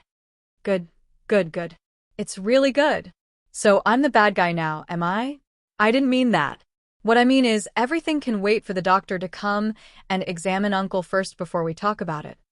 Check. What can you guys find out? He just drank a little. People say that wine tells the truth. Pretending to be crazy under the influence of alcohol. But isn't that what he really thinks? The two of them are already flirting and cuddling right in front of you right now. Then, when you are not around, have you ever thought that there will be more disgusting scenes when you are not around? Mom. Auntie. Su Qingsang and Hu Jinyao couldn't listen to it anymore. They looked at Lu Tongjia together, and their expressions were equally ugly. The difference was that Hu Jinyao looked indignant, while Su Qingsang looked anxious. No matter how much she didn't care about Lu Tongjia's attitude, she couldn't let her continue after what she said today. What? Do you think I said it badly? Hu Jinyao, if you're really a man, you should divorce her. Let me tell you, a woman can be incompetent and not beautiful, but at the very least, she must be loyal to her husband. Did she? Mom, don't talk nonsense. Qingsang isn't that kind of person. Andy, I know you don't like me, but please be kind with your words. Be kind with my words? Su Qingsang, what right do you have to ask me to be kind with my words? What's wrong? You dare to do it but don't dare to admit it, right? You can do it, but you're afraid of others saying it? Auntie, I think I'm innocent. I didn't do what you said. Mom, I'm also willing to believe in Qingsang's innocence. She's not that kind of woman. Lu Tongjia was angered by their gazes and nodded with hatred. Okay. You and your wife are united, but I seem to be meddlesome. Hu Jinyao, I'll wait and see you regret it. After saying this, she didn't look at Hu Jinyao at all. She glared at Su Qingsang, then turned around and went back to her room with a dissatisfied look. After she left, Su Qingsang's shoulders unconsciously slumped a little. She looked at Hu Jinyao with a little hesitation in her beautiful eyes. Jinyao? It's okay. It has nothing to do with you. Hu Jinyao held her in his arms and sighed softly. My mom is here for me. Don't worry. I understand, but I still want to say that there's nothing between Uncle and me. There's nothing between us. I know. I believe you. This was the second time Hu Jinyao said that he believed her. Su Qingsang couldn't help but reach out to hug him. Her eyes were gentle and her expression was full of satisfaction. Thank you, Jinyao. It felt so good to be trusted so much. Hu Jinyao hugged her. What he didn't say was that he did believe Su Qingsang. As for Zhang Yichen, he didn't want to know whether it was because he was drunk or because of something else that made him lose his composure. When Lu Tongjia returned to her room, she felt a headache. She didn't look well. She was so angry that her whole body was trembling. Hua Mingguang wasn't in the room. He was in his study with Hua Yangyuan's two sons. Hua Yangyuan's two sons, Hua Mingfan and Hua Mingqi, worked in different areas. Tianyu Group had invested in both areas. They were usually busy with work and rarely met each other. Now that they were together, Hua Mingguang naturally wanted to have a good chat with his two cousins. Lu Tongjia didn't have anyone to talk her out of it. She just couldn't take it anymore. She hadn't even thought of showing Hu Jinyao those ugly photos she had taken, but he was already taking her side without asking. Even though he saw Su Qingsang and Zhang Yichen hugging each other with his own eyes, how could he find an excuse for Zhang Yichen? It was ridiculous and infuriating. She hadn't calmed down yet. She was still thinking about how to make Hu Jinyao face reality. On the other side, Hu Jinyao got the result after the doctor came and took Zhang Yichen's blood for a blood test. Zhang Yichen was indeed drugged. Su Qingsang looked at the result and nodded. She looked serious when she met Hu Jinyao's eyes. Jinyao, it's just as I thought. Uncle was drugged. It seems to be a hallucinogen. That would explain why Zhang Yichen was reacting like this. Hu Jinyao looked at Su Qingsang. She looked calm. She attributed all of Zhang Yichen's behavior to the fact that he was drugged and drunk. However, he knew that wasn't the whole truth. There was nothing wrong with Su Qingsang, but there must be something wrong with Zhang Yichen. The drug and alcohol only made Zhang Yichen's true thoughts come to life. It didn't mean that it didn't exist. Zhang Yichen really did have that kind of feelings for Su Qingsang. He was very sure about that now. Why would he be drugged? Who drugged him? Everyone clearly ate together before. Su Qingsang couldn't figure it out. She couldn't help but look at Hu Jinyao with confusion in her eyes. Hu Jinyao stopped thinking. He didn't tell Su Qingsang about Zhang Yichen's feelings for her. Chapter 573. Hu Jingyao stood there with a cold face. His facial features were cold, and his eyes were sharp. I know who drugged him. Who? Su Qingxing couldn't figure it out at all. All the guests were relatives. Strictly speaking, Su Peijian was the only one who wasn't a relative. But why would Su Peijian drug Zhang Yichen for no reason? If it wasn't her, then who among the group of guests could it be? Hu Jingyao shook his head and put his hands on Su Qingxing's shoulders. Don't worry about it. I'll take care of it. Go back to your room and rest. Then, Su Qingxing glanced at the bed. Zhang Yichen was still sleeping.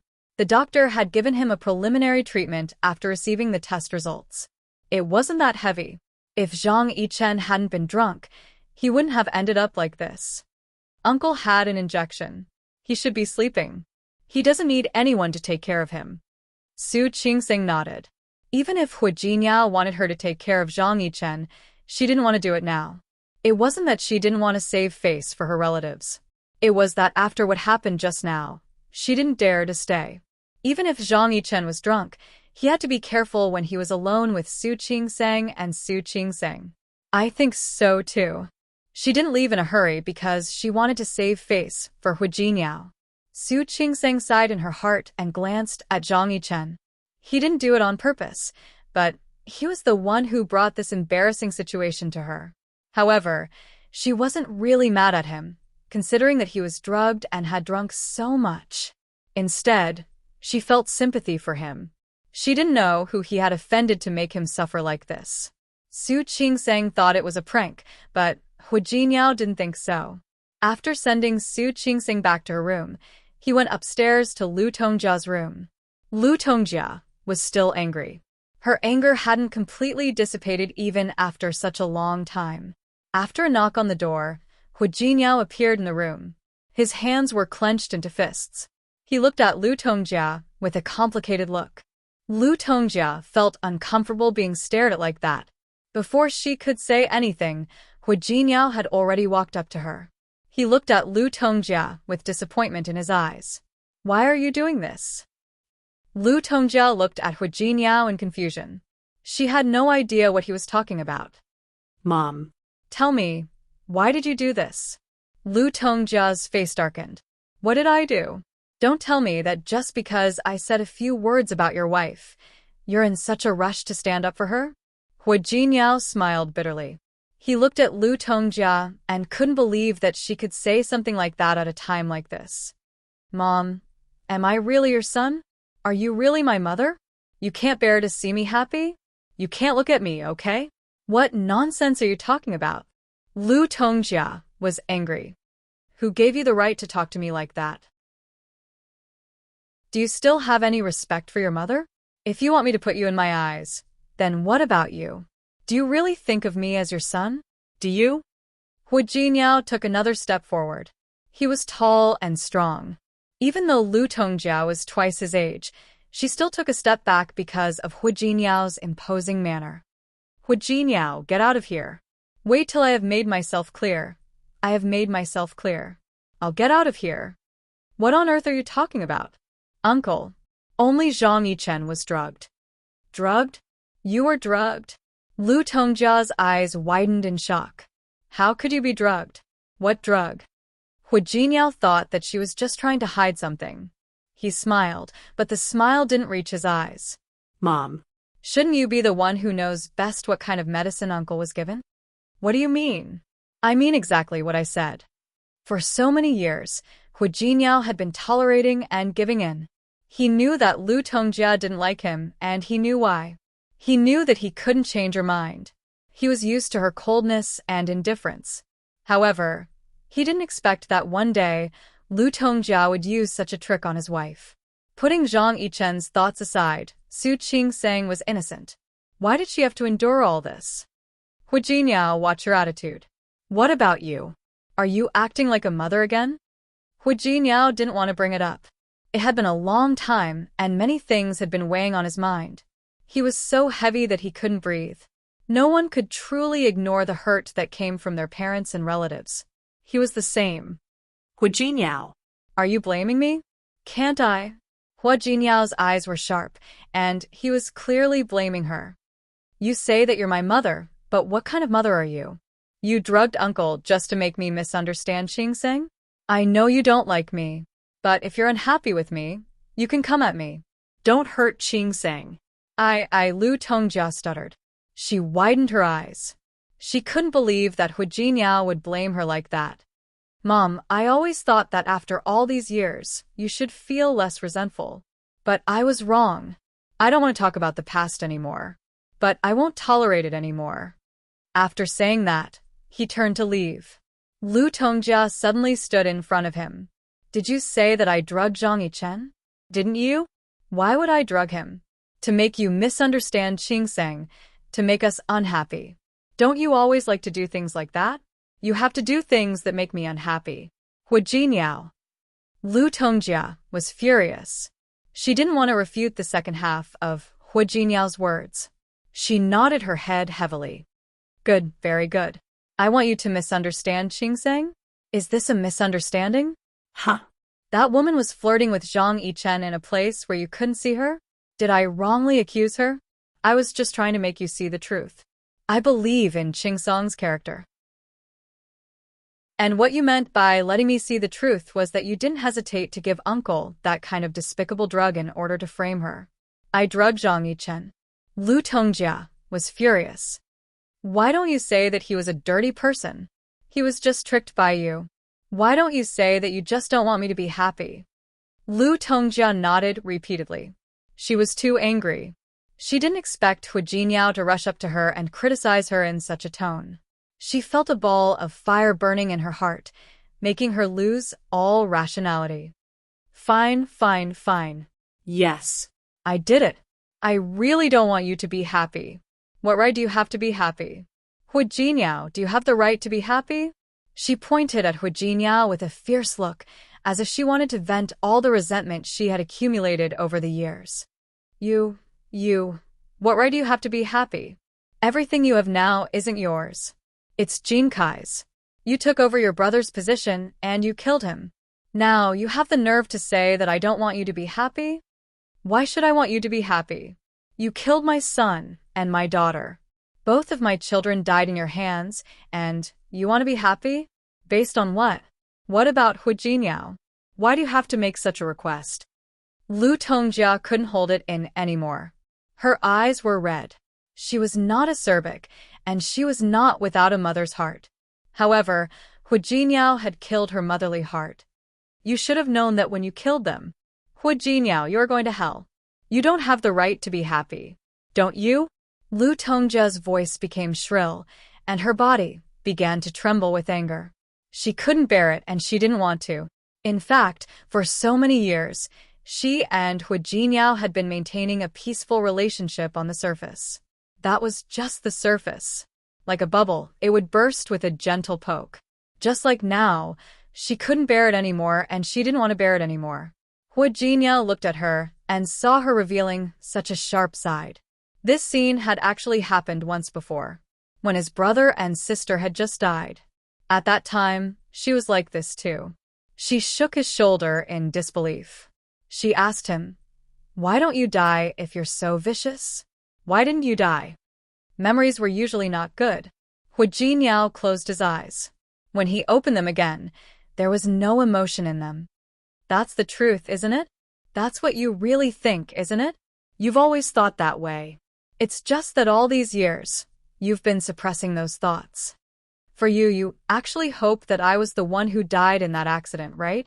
His voice was very soft, but every word was like a raindrop hitting her heart. Lu Tongjia felt a little uncomfortable for some reason, but she suppressed that discomfort. That's what you said, not what I said. She didn't say that now, but she had already said it back then. Hu Jinyao nodded. He stood up straight, and his back was straight. He was tall and strong. He was mature and calm. He was Hu Jinyao, the invincible Hu Jinyao. He forced himself to be calm and indifferent, even though his heart had been riddled with holes by Lu Tongjia. But he couldn't show it on his face. He just stared at Lu Tongjia. His gaze was indifferent, and his expression was calm. However, his eyes were as deep as the sea, making it impossible to see the bottom. Mom, do you know? I've been thinking the same thing for so many years. Why wasn't I the one who died in that accident back then? Lu Tongjia's body trembled, and her legs were a little weak. She forced herself to stand still.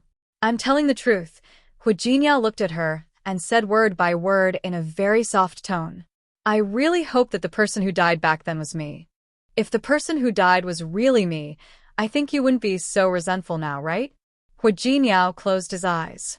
He didn't want to stay any longer, so he turned around and walked straight to the door. The moment his hand touched the door handle, he stopped. He didn't turn around. He just stared at a certain spot. Tianyu Group belongs to Dad, but it also belongs to Grandpa. You don't like me and want to give Tianyu Group to someone else. I know, and I don't care. Grandpa once said that Big Brother is gone. I am the eldest grandson of the Hu family. I have to shoulder my responsibility as the eldest grandson. Whether it's Tianyu Group or the Hu family, they are all my responsibility. If you really think that I don't deserve to sit in this position, I can go and convince Grandpa. Give the position of CEO to someone else. I don't want it. Whether it's the Hu family's things, or Tianyu Group, or even myself. You can do whatever you want. I'll do whatever you want. Just a little. That's my bottom line. That's Su Qingsang. You can deal with me in any way you want. You can take away everything I have now. But if you hurt Su Qingsang, I won't let it go just like that. His grip on the door handle tightened. Finally, he opened the door and left without looking back. After he left, Lu Tongjia's legs turned to jelly. She couldn't stand and fell to the ground. She looked at the tightly closed door. For a moment, she wondered if she had done something wrong. But no one could tell her the answer. Hu Mingguang wasn't here. She couldn't discuss this matter with anyone else. She just sat on the ground. The ground was covered with a thick plush carpet, so it wasn't cold. However, she felt waves of coldness coming from all directions and surrounding her tightly. She raised her hand and pressed it against her heart, trying to convince herself that she wasn't wrong. What was wrong with her? Look at Hu Jinyao's attitude. What did he mean by his bottom line was Su Qingsang? In his heart, only Su Qingsang was human. These family members were not human anymore, right? In his heart, he only cared about Su Qingsang. She wasn't his mother, was she? Lu Tongjia kept coming up with excuses. She kept telling herself that Hu Jinyao was wrong and that he had gone too far. Look, he even slandered her and said that she drugged Zhang Yichen. Did she need to drug Zhang Yichen? Even without the drug, Zhang Yichen would still want to be with Su Qingsang. Why would he need her to add fuel to the fire? She wasn't wrong. She wasn't wrong at all. However, no matter how hard she tried to convince herself, Hu Jinyao's words and the expression on his face kept echoing in her mind. Over and over again. If he had been the one who had died, Lu Tongjia's body trembled, and she fell to the ground again. She put her hands on the carpet and tried to push those thoughts away. She wasn't wrong. She wasn't wrong. She was right. But this time, even she wasn't sure about herself. When Hu Jinyao returned to the room, Su Qingsang had just taken a shower. When Zhang Yichen held her in his arms, she smelled of alcohol, which made her very uncomfortable. As a doctor, even if she wasn't a Virgo, she was more obsessed with cleanliness than the average person. She had just dried her hair when Hu Jinyao came in. Jinyao. He said that he was going to find the person who drugged her. Su Qingsang asked him who it was, but he wouldn't tell her. Seeing his gloomy face, she looked at him worriedly. Before she could get up, Hu Jinyao walked behind her and hugged her. Jinyao. He hugged her tightly, so tightly that she was almost buried in his body. Su Qingsang couldn't move. She raised her hands and gently hugged Hu Jinyao's back. They looked at each other without saying a word. The atmosphere in the room was silent. Su Qingsang heard Hu Jinyao's heartbeat. It seemed to be faster than usual. She couldn't help but want to raise her head, but the back of her head was pressed against his chest. She couldn't move at all. It was a very uncomfortable position, but she couldn't push him away. It wasn't that she couldn't, but that she didn't want to. She just leaned against his chest, letting him hug her tightly with a strength that could almost hurt her, not letting go, until she heard his heartbeat slow down. She pressed her lips together and pressed her face against his chest. Who drugged me? Can you tell me? Hu Jinyao didn't say anything. She felt his body tense up. She thought for a moment. Someone who could make Hu Jinyao act like this couldn't be an outsider. That drug. Was it your mother who drugged me? She wasn't sure. At least, she couldn't think of a reason why Lu Tongjia would do that. However, Hu Jinyao's body stiffened almost instantly, which made her sure of it. She suddenly raised her head, ignoring his hand that was still on the back of her head. Her pretty eyes were full of shock. She looked at him in disbelief. Really? Hu Jinyao pressed his lips into a straight line. He hugged her very tightly. Su Qingsang didn't know what to say. She was a smart woman. She didn't even need to think to figure out why Lu Tongjia did that. She didn't like me, so she drugged Zhang Yichen? So that you would see it and misunderstand me? No way. She went around in circles just to set me up? If that was the case, Su Qingsang really admired Lu Tongjia. No one else could be so calculative. Hu Jinyao looked at Su Qingsang and hugged her again. I'm sorry. I'm sorry. Qingsang. Su Qingsang could sense the apology in his words, but she still felt that something was wrong, as if something was wrong. That's not right. Su Qingsang looked up at him. It doesn't make sense, does it? After all, if I didn't go out to make the call, if I didn't go out to the hallway, won't her plan fail? Why did you go out to the hallway?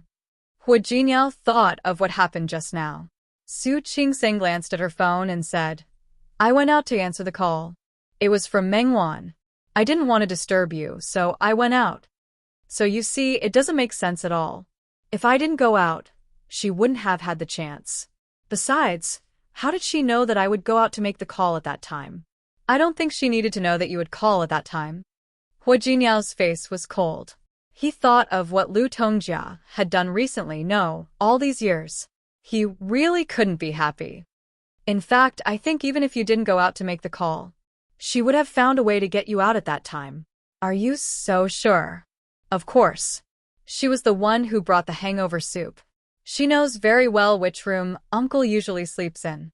Hu Jinyao looked down at Su Qingsang with a sullen face. In fact, it might be because you ran away. Another thing was that his uncle's willpower was strong. He didn't really hurt you. Otherwise, she could have called all the other members of the Hu family here. When they came and saw that you were her niece's daughter-in-law, but you had an affair with your uncle, they would misunderstand. At that time, no matter how much I trust you, I'm afraid you won't be able to stay in the Hu family anymore. It was true that old Master Hu loved him and valued him. However, old Master Hu wouldn't let such a scandal happen. He wouldn't allow such a thing to happen to his family. Hu Jinyao knew that, and so did Su Qingsang. If Su Qingsang and Zhang Yichen were really caught, even if she knew it was fake, what would old Master Hu think? Even if they could find out later and say that Zhang Yichen was drunk and drugged, who would believe that? Zhang Yichen was a relative of the Hu family. He was old Master Hu's nephew. They couldn't do anything to him, but they could turn around and deal with her. Not to mention that Zhang Yichen was a soldier. If he did such a thing, his family wouldn't tolerate him. He might even lose his military identity. Thinking about it this way, the person who drugged him was really ruthless. But she still had a strange feeling that Lu Tongjia wouldn't do such a thing. I'm telling the truth that your mother doesn't like me. But what reason does she have to deal with Uncle? After all, he's Grandaunt's son. He's also Grandaunt's favorite youngest son. She has a reason, Hu Jinyao said expressionlessly. He thought of a time when he was in the army. Before he went abroad to study, he would go to Zhang Yichen's army every summer and winter vacation. Zhang Yichen and he were not only uncle and nephew, but also good friends like brothers. Lu Tongjia knew this. She just couldn't bear to see him do well. She didn't want to see anyone who was good to him, no matter who it was. She came up with such a way to drive a wedge between him and Su Qingsang and at the same time make his relationship with Zhang Yichen worse. Two birds with one stone. Was that right? Su Qingsang lowered her head. She felt that something was wrong. But hearing Hu Jiniao's analysis, she felt that it was normal. You don't have to excuse her. She admitted it herself. Su Qingsang's eyes widened. She was really shocked this time. She admitted it? Yes. Hu Jiniao hugged Su Qingsang again. From an angle that she couldn't see, his face was full of pain. It was so painful to be hurt by someone close to her. Hu Jiniao, Aunt might be, she wanted to say a few words for Lu Tongjia, but even she felt that such an explanation would be too weak and useless. Su Qingsang thought of what Lu Tongjia had said last time. She thought of the kidnapping and the departure of Hu Jiniao's brother and sister. She raised her head to look at Hu Jiniao. She was full of questions.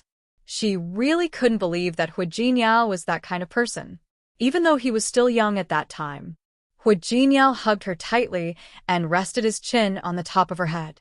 He looked at a certain point in the void, and the nightmarish kidnapping case from that year flashed through his mind.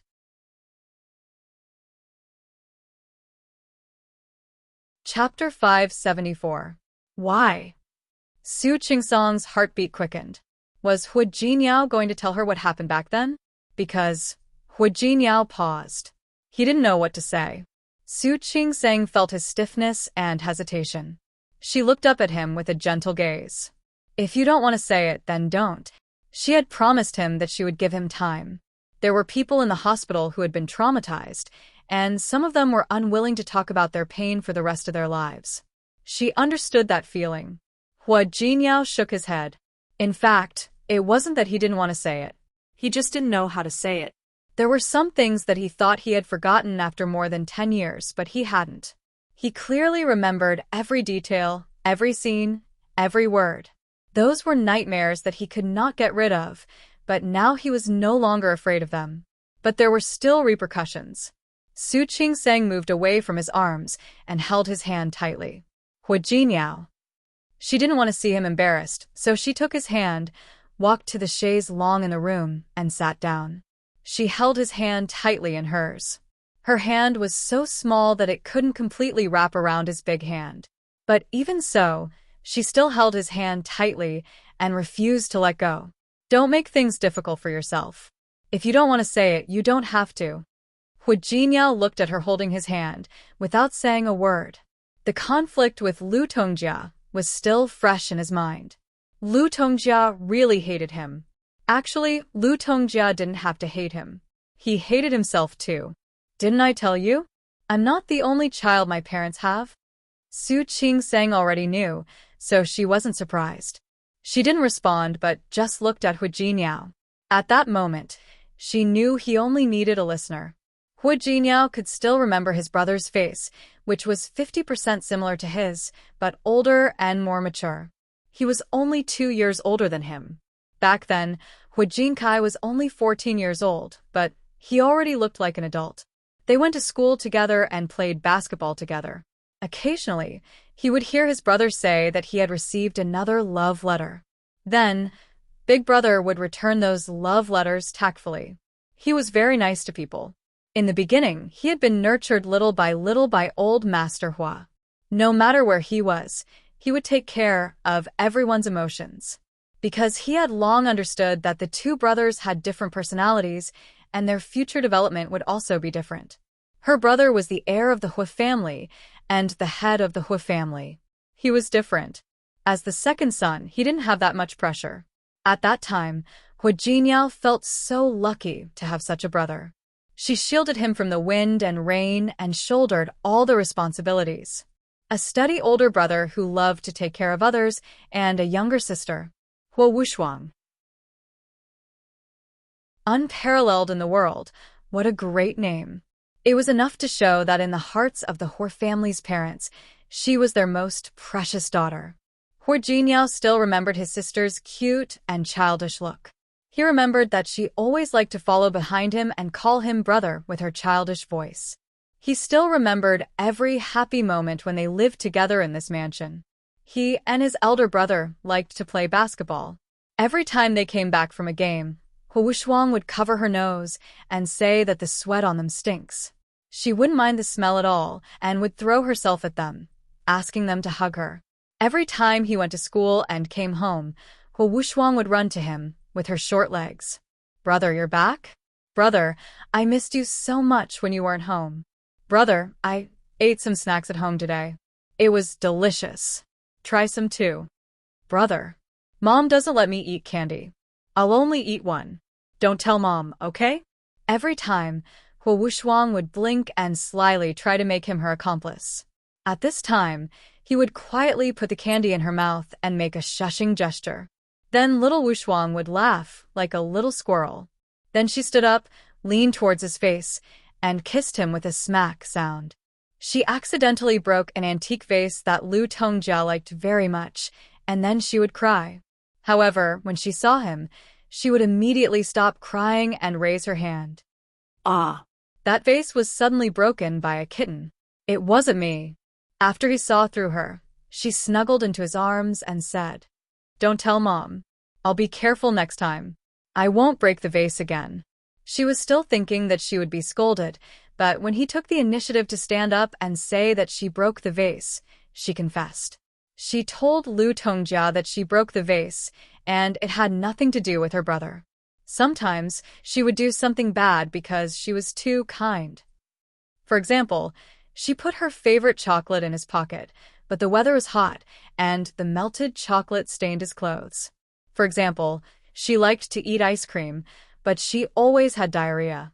So she always came to the two brothers to please them, saying that she only needed to have a taste. When he turned to face Lu Tongjia, she looked guilty, as if she hadn't eaten ice cream at all. In fact, Lu Tongjia knew that she also liked to see them have a good relationship. A sister like that, soft and fragrant. A little girl who would make people feel that the world was beautiful when he held her in his arms. Her life was forever fixed at 4.5 years old. She didn't even have time to go to elementary school or high school. He didn't have the chance to watch her grow up and find a boyfriend. At that time, he could be a brother. He could teach those boys who pursued her a good lesson. So many regrets, so much pain, and so many regrets. But none of them could bring back Hu Shuang's life, nor could they bring back her innocent smile. Hu Jinyao hated the 4 kidnappers so much. Even though they had received the punishment they deserved, so what? His brother and his sister would never come back. And their deaths were indeed related to him. Hu Jinyao still remembered that year. When he found out that he was kidnapped by those kidnappers, his first reaction was to run away. But it was too difficult. It was really too difficult. The kidnappers had guns, and their hands and feet were tied. He wanted to break free, but there was no way. Hu Jinyao forced himself to calm down. He was a child, but not an ordinary child. He couldn't escape. He knew that he couldn't escape. The man named Da called the Hu family. He didn't know how the Hu family agreed. 150 million in 3 days. They were willing to pay. Hu Jinyao knew that his parents wouldn't care about 150 million. After all, their lives were priceless to Hu Mingguang and his wife. After the initial panic, Hu Jinyao had calmed down. He knew that at that moment his anxiety wouldn't solve any problems. Both he and Hu Jinkai were aware of this. The two brothers had been brothers for many years, so they had a tacit understanding of each other. They didn't need to say anything more. They could understand each other with just a look. After the call, Da had achieved his goal. He was in a good mood. He ordered Liang to buy food. This place was too remote. They had to drive out to buy food. It was getting dark. The sky outside was getting dark. Hu Jinkai and Hu Jinyao were huddled in a corner. The two brothers leaned against each other, not saying a word. They had tried to talk, but Da would beat them with the butt of his gun. The two of them didn't say anything. Hu Jinyao and Hu Jinkai huddled together.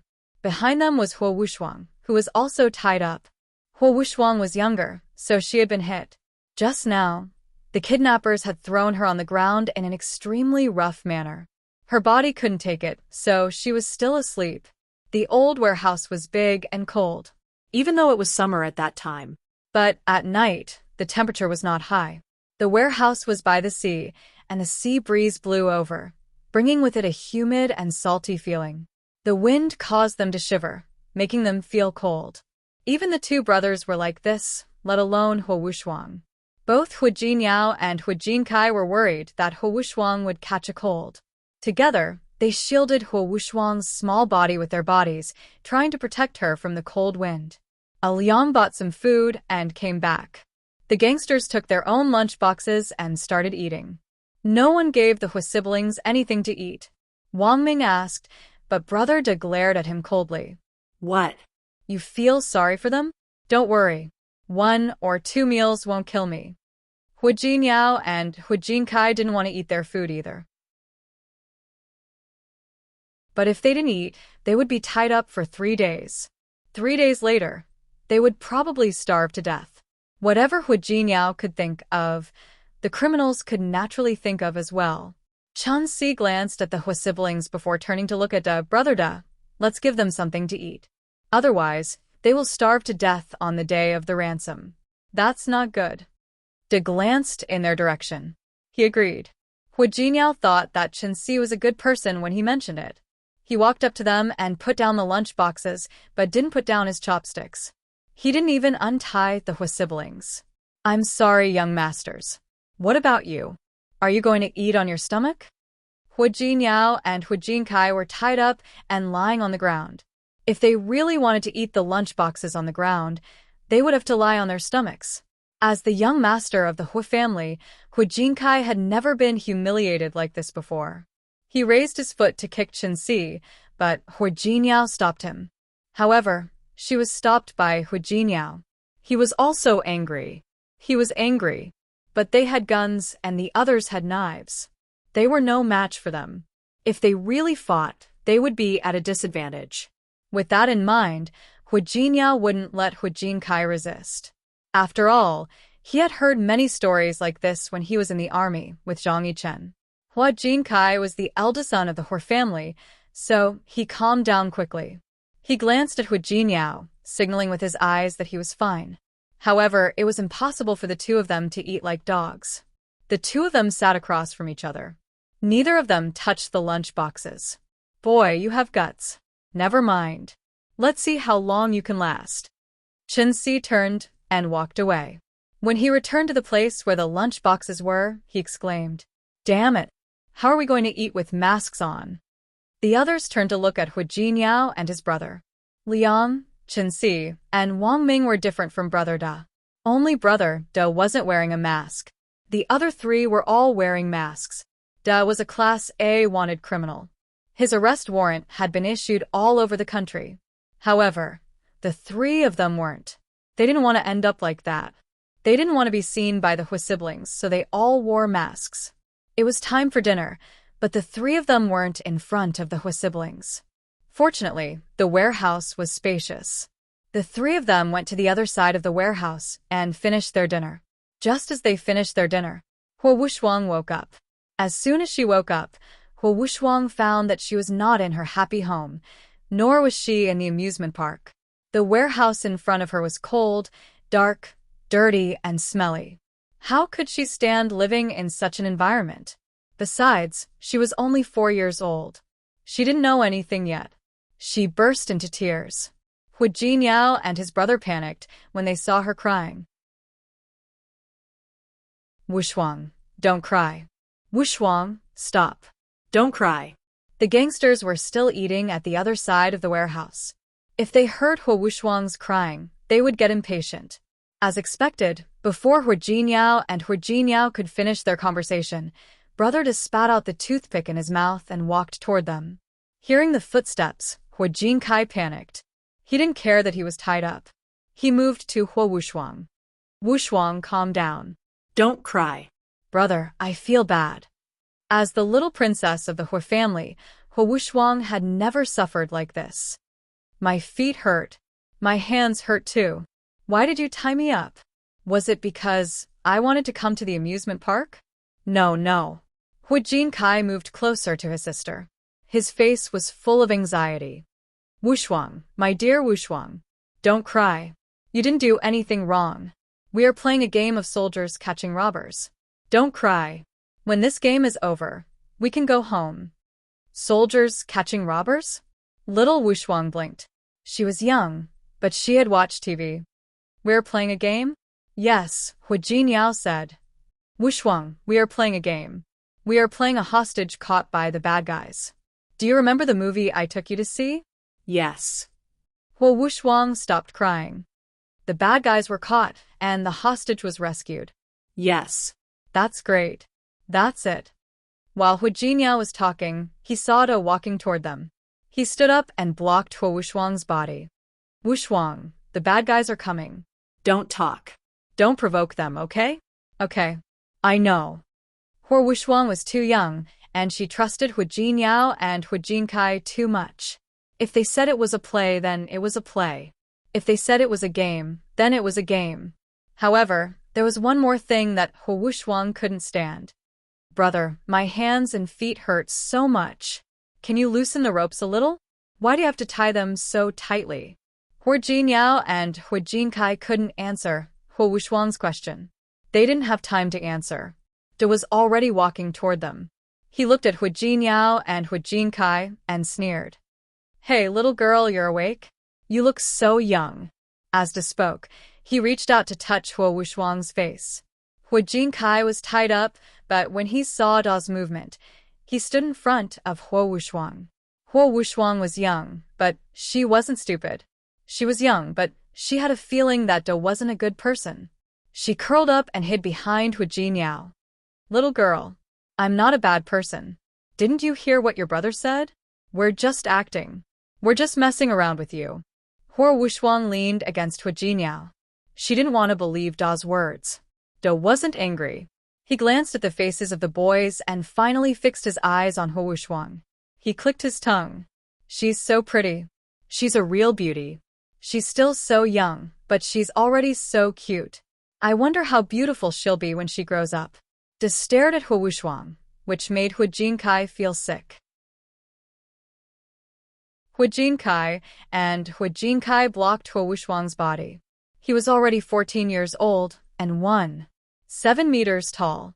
Da couldn't see anything now that he was in the way. He spat and glanced at the cold lunchbox on the ground beside him. Suddenly, he kicked it hard.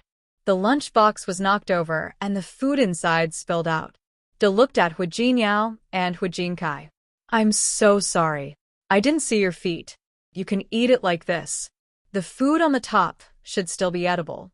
Hu Jinkai and Hu Jinkai clenched their teeth again. However, they both managed to hold back their anger. Da found it boring. He spat and stood up straight, glancing coldly at Hu Jinkai and Hu Jinkai. Kid, don't be rude. Don't be rude here. I gave you food, so eat it. You don't want to eat it? Then you won't have to eat it from tomorrow onwards. As he spoke, he kicked the other lunchbox away. The food was mixed together and covered with the dust of the warehouse. It looked like it would never be edible again. Hu Wushuang pouted and almost cried again. Hu Jinyao turned around and glanced at her. Da was happy after his trick. Da left. The 3 kidnappers had finished eating as well. The 4 of them gathered together and began to play cards in the dim light. Hu Wushuang had been holding back, but after midnight, she couldn't stand it anymore. Brother, I'm so scared. Brother, they're not playing games with us, are they? Brother, are we going to die? Although she was young, she knew fear. She asked every question in a low voice. No, you won't die. Wushuang, trust me. I won't let you die. Hu Jinkai's heart was broken when he saw his sister so scared. His hands and feet were tied up again. Otherwise, he would have picked her up and comforted her. Hu Jinyao was thinking the same thing. He looked at the kidnappers. They were playing cards at the climax of the game, so no one was paying attention to them. They seemed to have lost money, and he kept cursing. Hu Jinyao glanced at Hu Jinkai. Hu Jinkai was thinking the same thing. The 2 brothers looked at each other and understood each other. Both Hu Jinyao and Hu Jinkai were thinking about running away. If the kidnappers didn't give them food or water for 3 days, they would be dead. Even if the ransom came, they would be dead. If they didn't find a way to escape, they would starve to death. But if they ran away, it would be risky. There were 4 kidnappers, all tall and strong adult men. Moreover, they were armed with guns. Against these people, their chances of winning were too small. And the other kidnappers had been playing cards. Hu Jingyao comforted Hu Wushwang, telling her to rest and not to worry. Don't worry. You can sleep. Maybe you'll be home tomorrow. Hu Wushwang couldn't sleep. She was scared. But she trusted Hu Jingyao. Maybe he was telling the truth. Perhaps after a good night's sleep, she would be able to wake up at home the next day. Hu Jingyao looked at Hu Jinkai when he saw his sister was so cooperative. They were talking in a low voice. They couldn't alert the kidnappers, and they couldn't let them hear them. When Hu Jingyao was in the army with Zhang Yichen, he had learned how to untie the ropes on his hands when he was tied up. Zhang Yichen had taught him how to untie the ropes on his hands. It worked on any rope. But he didn't know that the ropes Da had prepared for them were so difficult to untie.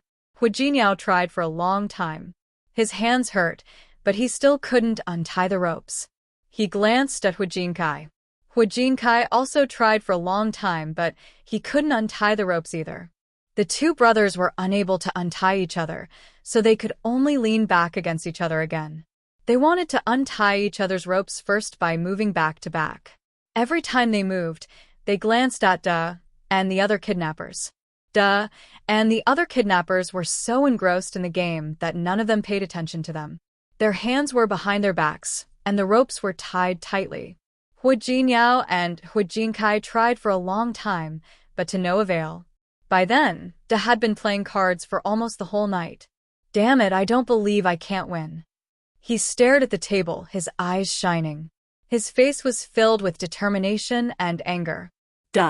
If we can't win, we can't win. We'll have money soon anyway. Yeah, 150 million. Each of us will get 37.5 million. Think about it, when the time comes, your money will be nothing. Liang hadn't won the most money that day, so he dared to say that. De glanced at Hu Jinkai and Hu Jinkai, only to find that they were still sitting there quietly. He turned around, pulled out a card, and threw it out. What's this? Let me tell you. Who doesn't want more money? Hu Jingyao and Hu Jinkai had a hard time untying the ropes. They were waiting for the kidnappers to go to bed. They wanted to hurry up. However, they didn't expect that the kidnappers would stay up all night. They had no intention of stopping to rest. Hu Wushwang was tired from crying. She had already fallen asleep. Hu Jingyao spent a long time untying the ropes on Hu Jinkai's wrists. He didn't dare untie them. He could only wait for them to go to bed. Hu Jingyao and Hu Jinkai were very sleepy, and the places where they had been kicked by Da were hurting. They stayed alert, waiting for Da and the other kidnappers to go to bed.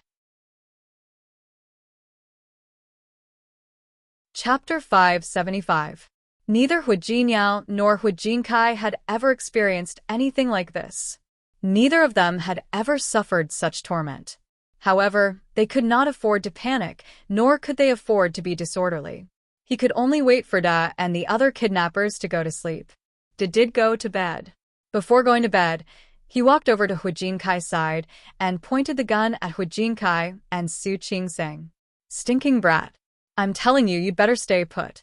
This way, when Grandpa wakes up tomorrow, he might be in a good mood and untie the rope for you to eat." After saying that, Da went to sleep at the other end of the warehouse. There were a few old sofas there, barely enough to sleep on for one night. As for Liang and the others, they had arranged their own tasks. Chun Si kept watch for the first half of the night, and Wang Ming for the second half. As for Liang, he was responsible for getting up from time to patrol outside. After the work was done, Wang Ming and Liang went to rest. Chun Si was left behind to watch them. Hu Jingyao breathed a sigh of relief. As long as the other party went to rest, his chance had come. That was what he really thought. He waited for the criminals to fall asleep. He turned to look at Hu Jinkai. She signaled with her eyes that they could begin now. Hu Jinkai nodded. Using his body as a shield, he untied all the ropes around his hands. So did Hu Jingyao. The two of them didn't dare to untie the ones on their feet in one breath. He was afraid that the noise would be too loud and alert the criminals. After he untied his own hands, he started to untie Huo Wushuang's body. Huo Wushuang had hit her head and was knocked unconscious by the criminal. After she woke up, she cried for a long time. She was so tired that she didn't wake up even after the rope was untied.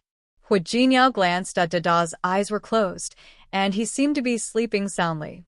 Meanwhile, Chen Si sat by the mahjong table and smoked. He puffed out a cloud of smoke and did not look over. Wang Ming, who had been keeping watch for the second half of the night, had already gone to bed. Only Liang was left patrolling outside. Hu Jinyao and Hu Jinkai communicated with each other through their eyes. In fact, what they were going to do next was quite risky. But in order to escape, they couldn't care less. The two brothers' plan was very simple. They would escape when they were asleep, and their guard was at its weakest. The other side only had 4 people, while they had 2. Hu Jinkai worked out regularly, so he was in good shape. Although Hu Jinyao was 2 years younger, he had already been in the army. Neither of them looked short, so there was still hope if they worked hard. The two of them wanted to deal with Chen Si first. It would be best if he could land a hit and knock Chen Si unconscious. Wang Ming and Brother Da were asleep, so he didn't want to disturb them. The warehouse was huge. As long as they escaped from this warehouse, they should be safe when they ran outside. Hu Jinkai loosened the ropes that bound the 3 men's legs. He looked at Hu Jinyao. She whispered in his ear, "I don't think so. The opponent had a gun. If we can't escape, we'll be in danger. But if we don't escape, we'll still be in danger." Hu Jinyao pursed his lips and glanced at that person had a gun, but he wasn't wearing a mask. How do you know that he will really follow the agreement and let you go after getting the money? The other party didn't even cover his face. It was obvious that he wasn't afraid of them testifying against him. It was very likely that the enemy had no intention of letting them return home safely. They wanted to kill the hostages after getting the money. Hu Jinyao's analysis made sense. However, Hu Jinkai had a different idea. He masked his face, but the others haven't. Maybe we still have a chance. Hu Jinyao never liked to pin his hopes on others. If he had a chance to escape, why wouldn't he? Hu Jinkai was mature and steady. He didn't think this was a good plan. Jinyao, there are too many of them. They're not just one person. How about we wait a little longer? He trusted the police and his family to get them out. It wasn't that Hu Jinyao didn't trust them, but that would be too long. He glanced at Huo Wushuang. We can wait here. What about Wushuang? They were not young anymore, and they were boys. They didn't care if it was cold or hungry for a few days. But Wushuang was only 4.5 years old. How could they let Huo Wushuang suffer here for 3 days? When Hu Jinyao mentioned Huo Wushuang, Hu Jinkai hesitated. Yes, they could stay here for 3 days. They could wait for their parents to pay the ransom and get them out. But Huo Wushuang was so young. What would happen if she stayed here for 3 days? Hu Jinkai didn't hesitate anymore. He nodded at Hu Jinyao. The two of them decided to escape together. Hu Jinkai was older, so he carried Huo Wushuang. Hu Jinyao knocked Chen Si out. Then, they could leave the warehouse without alerting Da and Wang Ming. The door of the warehouse was closed. If they wanted to go out, they would definitely make some noise. Liang, who was guarding the warehouse, would be alerted. So, the best solution was for the two of them to take down 3 of the hostages at the same time. That wasn't realistic. Although Hu Jinyao had trained in the army for a few days, he wasn't so arrogant as to think that the two of them could take down 2 of the hostages at the same time. So, the last solution was to knock Chen Si out and then run away. Hu Jinyao asked Hu Jinkai to carry Huo Wushuang. He sat there and pretended to stretch his limbs. Chen Si was smoking and puffing out smoke. His vision wasn't very clear. Besides, he wasn't looking at them. Hu Jinyao knew that he had to hit Chen Si. He quickly got up and quietly walked behind Chen Si. When he was unprepared, he hit the back of Chen Si's head hard. Chen Si fell to the ground. Hu Jinyao didn't know if he was dead or alive. Hu Jinyao didn't want to make any noise and wake Da and Wang Ming up. He used all his strength to hold Chen Si steady and then made him lie on the table. The first step was successful. Hu Jiniao felt relieved and turned to look at Hu Jinkai. He had Hu Wuxuang on his back. Hu Jiniao glanced in Da's direction. He was glad that there were some big, useless boxes in the warehouse, which blocked his view. He quietly approached the side of the warehouse. He opened the door slightly. The old wooden door of the warehouse let out a low squeak. Hu Jiniao's heart was beating fast. However, he quickly looked outside. He didn't see Liang, which made him panic. If Liang ran away at this moment, they would be discovered. Hu Jinkai was already walking over with Hu Wuxuang on his back. Hu Wuxuang was lying on his back. Her face was squeezed together, as if she was about to wake up. Hu Jiniao didn't have time to think about it. He turned around and walked out of the warehouse. He wanted to find Liang and get rid of him. However, he went out and looked left and right, but he did not see Liang. Hu Jiniao knew that they were in trouble, but they were already out. The only thing they could do was try to run away. Who knew how far they could run? Liang ran out from an unknown corner. "Kid, you still want to run?" Hu Jiniao heard Liang shout. He glanced at Hu Jinkai. "Brother, run." He told Hu Jinkai to go first, while he stayed to deal with Liang. Liang shouted into the warehouse. Duh. "The kid is running away." Hu Jiniao knew that the situation was not good. He signaled Hu Jinkai to run, while he threw a punch at Liang. Kid. Not bad. Liang didn't expect Hu Jiniao's sudden move and was hit. He spat out a mouthful of blood with a grimace on his face. When Hu Jiniao swung his fist at him again, he grabbed his fist and punched him with the back of his hand. Hu Jiniao didn't expect Liang to be so good at martial arts. He was hit as well. Hu Jiniao took the punch. The opponent's punch was fierce and heavy. He couldn't help but let out a low cry. Hu Jinkai didn't expect his brother to be hit. He stopped and looked at Hu Jiniao, wanting to help. The night was too dark. The only source of light was the reflection of the fire in the warehouse. Hu Jiniao saw what Hu Jinkai was doing. He panicked. He didn't even care about the punch on his face.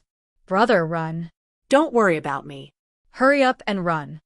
Hu Jinkai glanced at him, gritted his teeth, and carried Hu Wuxuang on his back. He didn't expect Hu Wuxuang to wake up at that moment. It was too cold outside. She heard Hu Jiniao's voice again. She woke up. It was so dark. She was scared. Before she could cry out, she saw out of the corner of her eye that Hu Jiniao was being beaten. She was too young to see it clearly at first. When she saw it clearly, she burst into tears. "Don't hit my brother. Don't hit my brother. Stop. Don't hit my brother.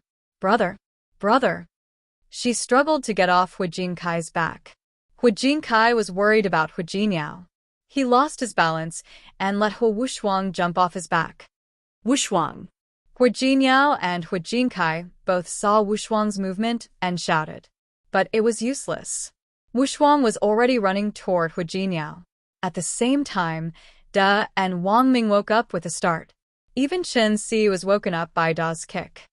Wuxuang. Hu Jiniao was desperate. He saw Hu Wuxuang's small body run toward them. Liang punched her in the face several times. "Wuxuang, run. Run with Big Brother. Don't come near me." Wuxuang. He was punched in the face again. Liang kicked Hu Jiniao. His body flew out, and Hu Wuxuang cried even harder. She rushed to Hu Jiniao. "Brother. Brother." Wuxuang, run. Hu Jiniao hated himself. He really hated himself. He hated himself for not being careful. He hated himself for thinking that there were so many things he could do when he was older. He hated himself for suggesting that they should run. He was hit by Da and watched helplessly as Da picked up Wuxuang's body. Hu Jinkai rushed over and threw a punch at Da to kicked him away and threw Wuxuang's small body to the ground. "Wuxuang." The two brothers screamed at the same time. In the night sky, Hu Wuxuang's cries sounded so mournful and painful. Wuxuang. The two brothers quickly got up and tried to run to Hu Wuxuang. But it was useless. Hu Jiniao had already been restrained by Wang Ming and Chen Si, who had run out. Liang blocked Hu Jinkai's way. He kicked him a few times and punched him.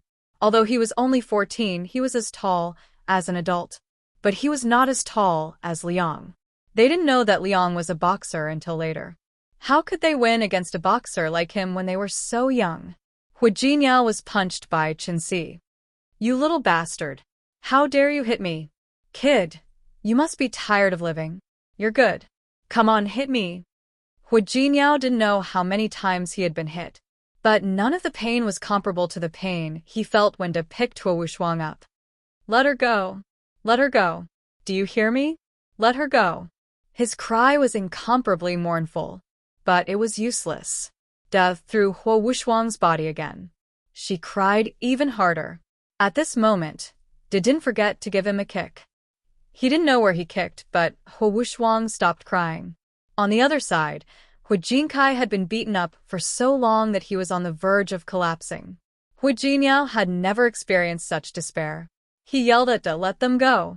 Let them go. I'm telling you, it's useless to kidnap them. My mother didn't give birth to them. My mother won't pay a ransom for them. They are illegitimate children of the Hu family. Do you hear me? It's useless to kidnap them. Let them go. You let them go. He kept repeating those words, shouting himself hoarse. Da was annoyed. He walked over to Hu Jinyao. He kicked Hu Jinyao in the stomach. Kid, trying to be a hero? You think you can do that? Don't run? Run? Why don't you run? Illegitimate children? Illegitimate children? Do you think I'll believe you? Hu Jinyao looked like he was in love with his sister. Who would believe that? I'm telling the truth. He had been punched so many times by Liang that he couldn't take it anymore. Hu Jinkai was being punched even harder than he was. Hu Jinyao endured the pain in his stomach and spoke to De. You want a hostage? One is enough. Let them go. Do you hear me? Bam. He was hit in the stomach again. He bent over in pain. De stopped in front of him. Brat, trying to act in front of me, you're still too inexperienced. Let me tell you, you want to pretend to be a hero? You can't pretend to be me. Hu Jinyao's body was in so much pain that he could barely feel anything. But Da's words made him feel more desperate than pain. The next 2 days were like a nightmare for him. No matter how many times he repeated what he had said, no matter how hard he tried to convince Da that Hu Jinkai and Hu Wuxuang were illegitimate children and that they should let them go, it didn't work. He watched helplessly as Da tortured Hu Jinkai. They would beat Hu Jinkai when he woke up, hit him in front of his face. While beating him, he said, Kid, we're doing this for you. If he died, your family's property will belong to you alone. Hu Wuxuang was seriously injured. The next day, he fell into a coma with a high fever. Hu Jinyao had begged for mercy. He even knelt down before Da. I beg you, please let go of my sister. She is only 4 years old. She wouldn't remember anything. You can find a hospital and leave her there. I beg you. Kid, what? You want us to go downtown so the police can arrest us? You wish. De didn't fall for his trick. Hu Jinyao was furious. My mother has wanted to get rid of them for a long time. If you really let them all die, she'll be happy if you let them all die. He was punched again. De stared at his face and said angrily, Don't worry. Kid, we still have you, don't we? Look. You're still in our hands. Don't worry, kid. You like to pretend to be a hero, so I'll let you be one.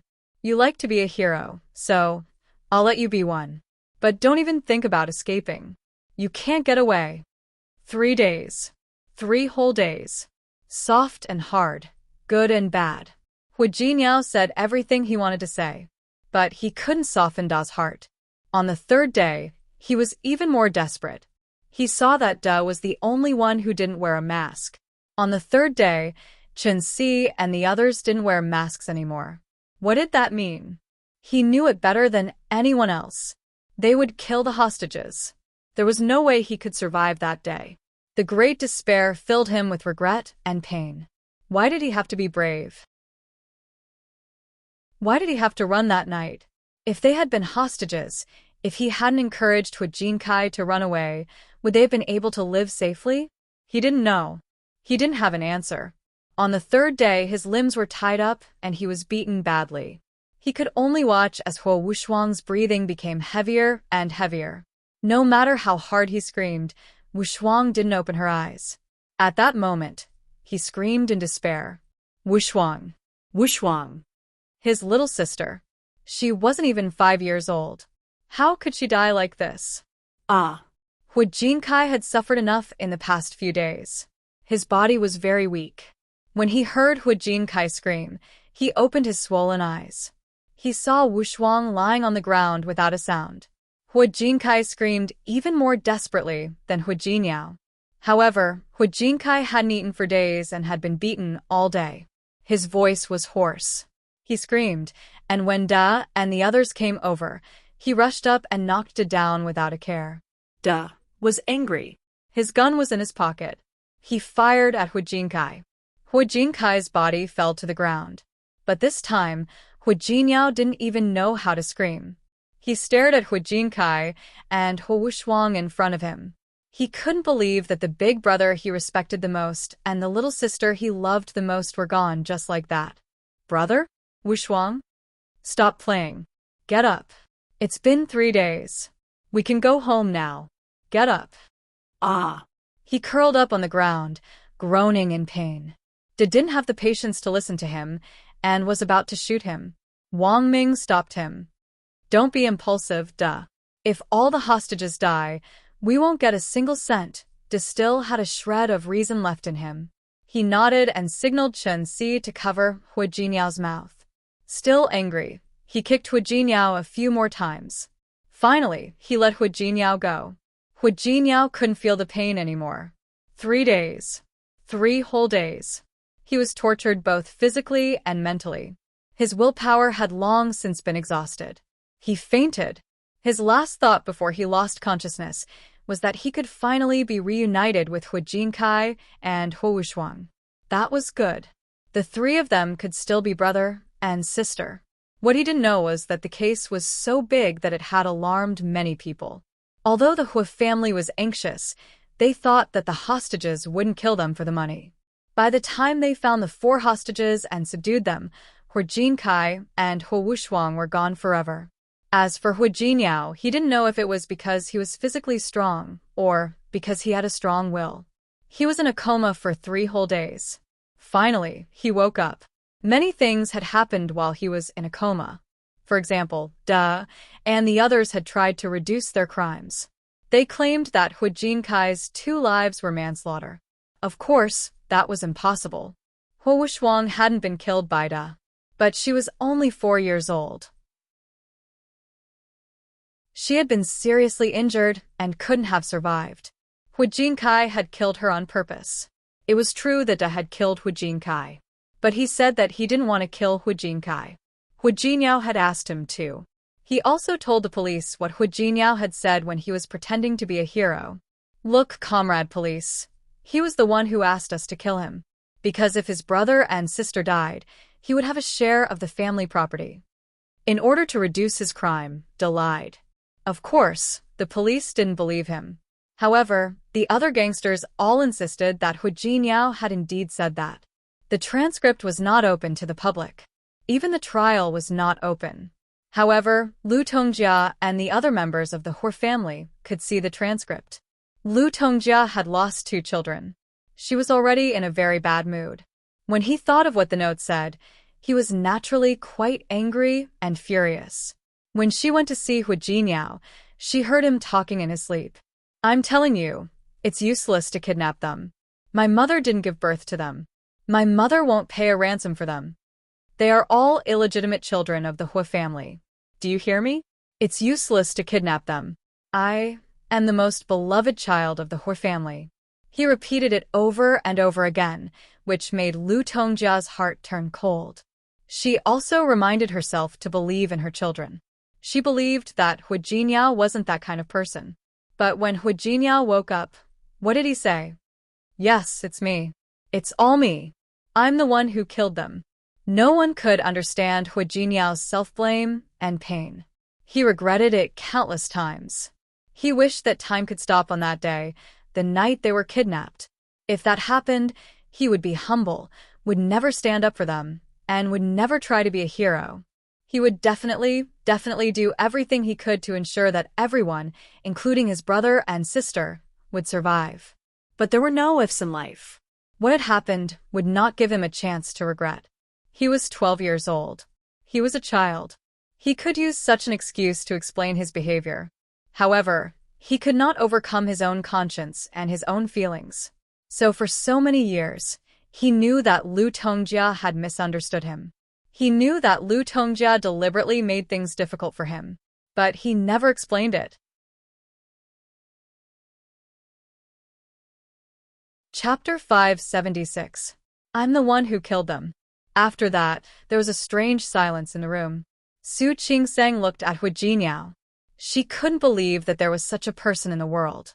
Because he felt that he had killed his brother and sister, he didn't explain himself even though he knew that his mother had misunderstood him. For so many years, he had endured such misunderstandings alone. What kind of pain was it to endure such torment? Su Qingsang felt a sharp pain in her heart. The pain made her realize that her face was covered with tears. People always hoped for miracles in life, but most of the time, there were no miracles in the world. The deaths of Hu Jinkai and Hu Wushuang were both regrettable. Something that shouldn't have happened had happened. It was already a tragedy. No matter how much Hu Jinniao regretted it, he couldn't save his brother and sister's lives. He couldn't forgive himself. He couldn't forgive himself for being impulsive when he was 12 years old. So for the past 10 or 20 years, he had been torturing himself in this way. Wasn't this kind of torment another tragedy? For the first time, Hu Jinniao didn't notice Su Qingsang's tears. He was immersed in his memories. In fact, he rarely recalled the past. Very rarely. If possible, he even hoped that he could lose his memory. He wanted to forget the 3 days he had been kidnapped. Those 3 days were the darkest days of his life. The torture and pain he had experienced were nightmares that he would never be able to forget. Su Qingsang's face was covered with tears. In her eyes, Hu Jinniao's figure had become a blurry shadow. She moved her lips and wanted to say something, but her throat seemed to be blocked by cotton. She couldn't say a word. She hugged Hu Jinniao tightly and forcefully. Hu Jinniao stood there without moving. His body was very stiff. He was completely immersed in the emotions brought about by the kidnapping. After so many years, he had no one to talk about his self-blame and guilt. He had no one to talk about the pain of losing his family. Who should he talk to? The Hu family? They were all suffering the same pain as him. Lu Tongjia was the one who suffered the most. She had lost 2 children in one day. One was the eldest son she was proud of. One was the little daughter she had been looking forward to seeing for a long time. Hu Jinniao understood Lu Tongjia's pain. Therefore, when he found out that Lu Tongjia had misunderstood him, he couldn't argue back. Hu Jinkai had tried to stop him, and he had told him about it. But he refused to listen, stubbornly going his own way. In the end, it resulted in such an outcome. He clearly only needed to wait for 3 days. As long as he endured through those 3 days, everything would be fine. But he couldn't wait. His brother and sister didn't survive either. Hu Jinniao didn't cry. Ever since he was 12 years old, he hadn't shed a single tear. For such a long time, he had been bitterly suppressing it, desperately holding on. He had gotten used to Lu Tongjia's cold treatment over the past decade.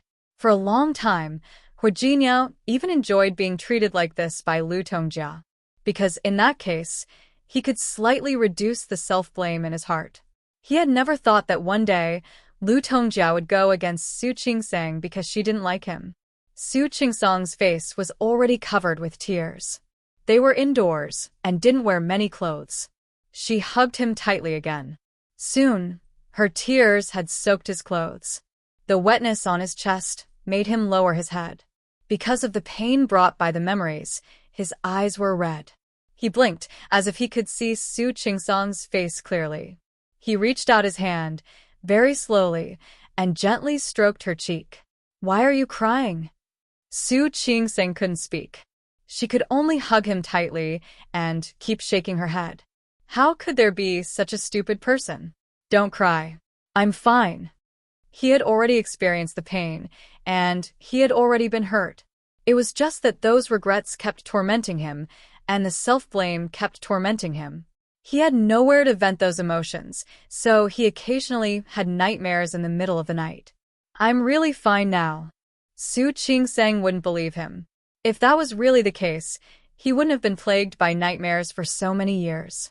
He wouldn't have called her mother when he was sick. He had grown up, but his feelings were still the same as when he was 12 years old. He was still that teenager. A helpless teenager who was kidnapped, hurt, and hurt. He longed for maternal love and the care from his family. In fact, those were what Lu Tongjia and Hua Mingguang owed him more than 10 years ago. How could Lu Tongjia do that? How could she? Hu Jinyao was also a victim. He also needed Lu Tongjia's gentle words and comfort. He also needed her as a mother to bring him out of that pain. But what did Lu Tongjia give him? Suspicion, accusation, and the hatred that had lasted for more than 10 years. Su Qingsang's eyes were blurry from crying. Her heart ached so much that she couldn't breathe. She looked up at Hu Jinyao and kept shaking her head when he said that he was fine. It's not like that. Her voice was trembling and full of tears. She shook her head and hugged him tightly. It's not like that. He wouldn't be fine without the past. How could she do that? How could she? Su Qingsang kept repeating these few words to herself.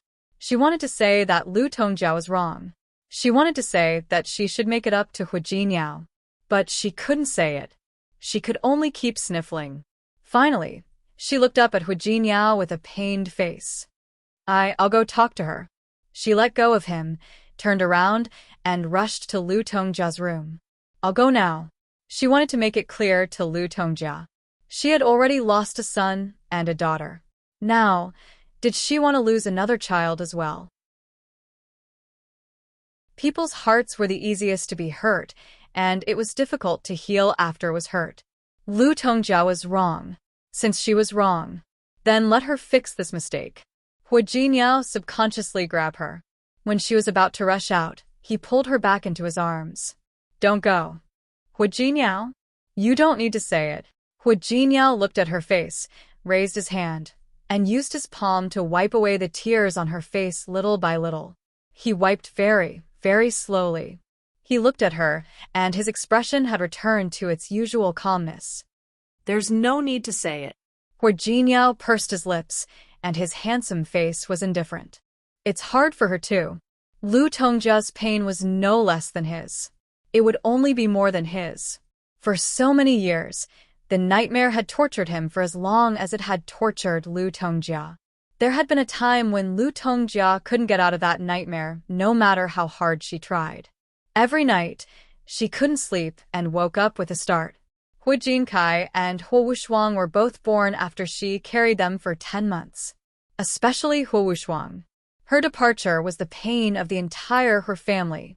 Lu Tongjia's pain was transferred after she misunderstood him. She felt better after she transferred the pain, the anger, and the hatred of loss to him. Hu Jinyao knew that. He knew all that. That was why she didn't want to explain anymore. Let it be. If there had to be someone who had to bear the responsibility for these losses, then let him do it.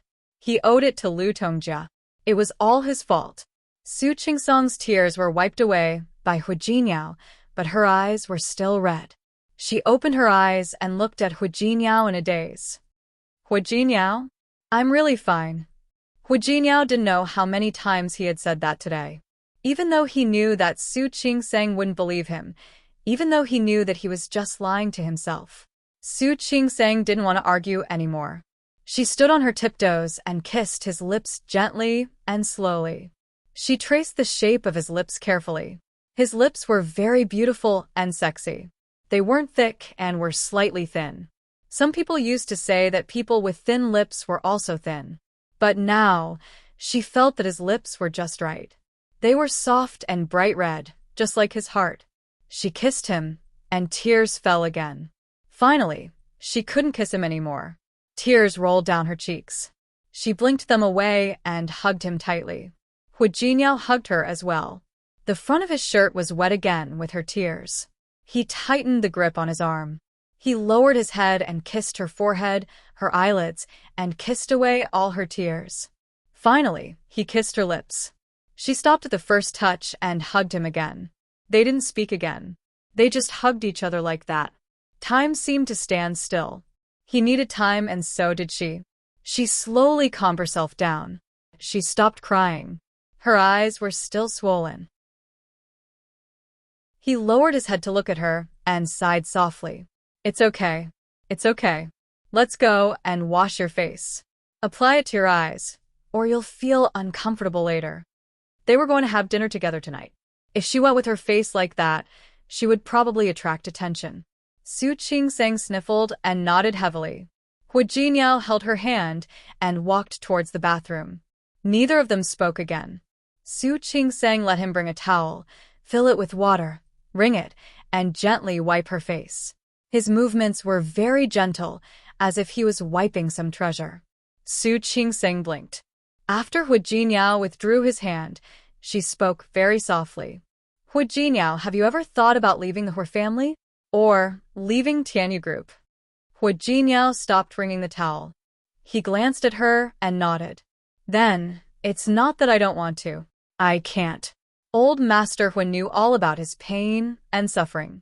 Old Master Hu was well aware of Lu Tongjia's pain and suffering, because Old Master Hu knew and understood. So for so many years, he had never said a word about the relationship between mother and son.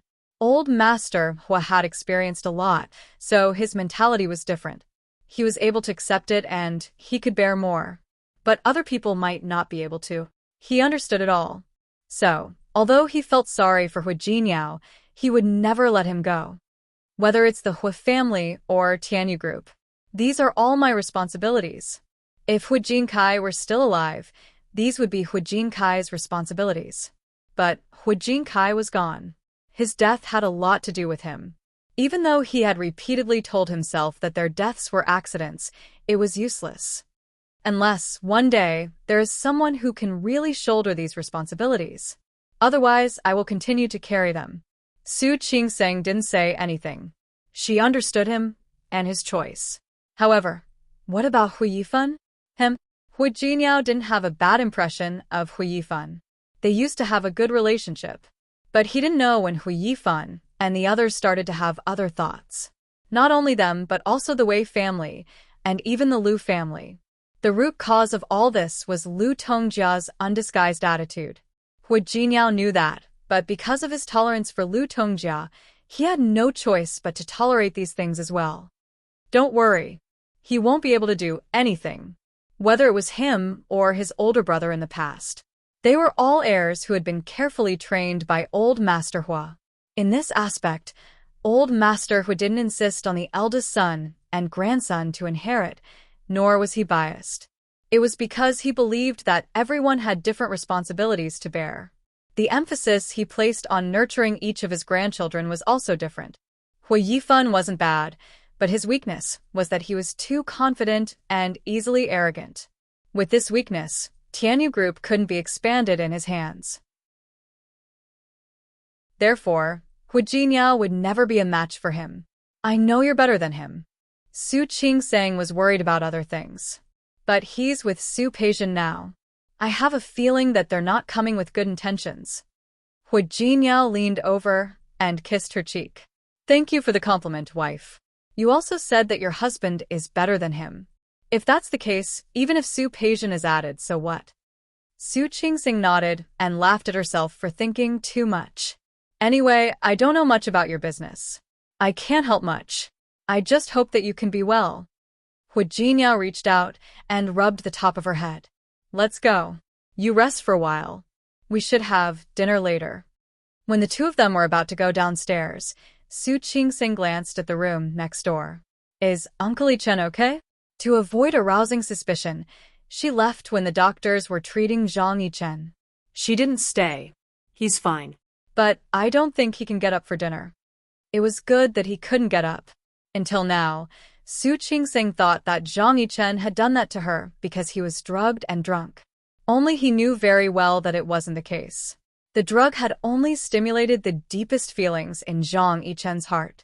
Zhang Yichen really had feelings for Su Qingsing. However, Hu Jinyao wouldn't tell Su Qingsing about it. He thought about how she had cried for him and how she had wanted to rush to Lu Tongjia to explain for him. His Qingsang was so good. It wasn't surprising that a man liked her.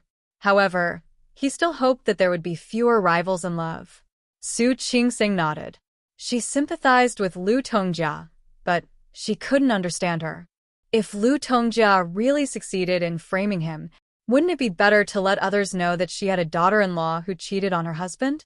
Or did she really hate Hu Jinyao to such an extent? Not only did she want to take away his power in the company, but she also wanted to ruin his reputation.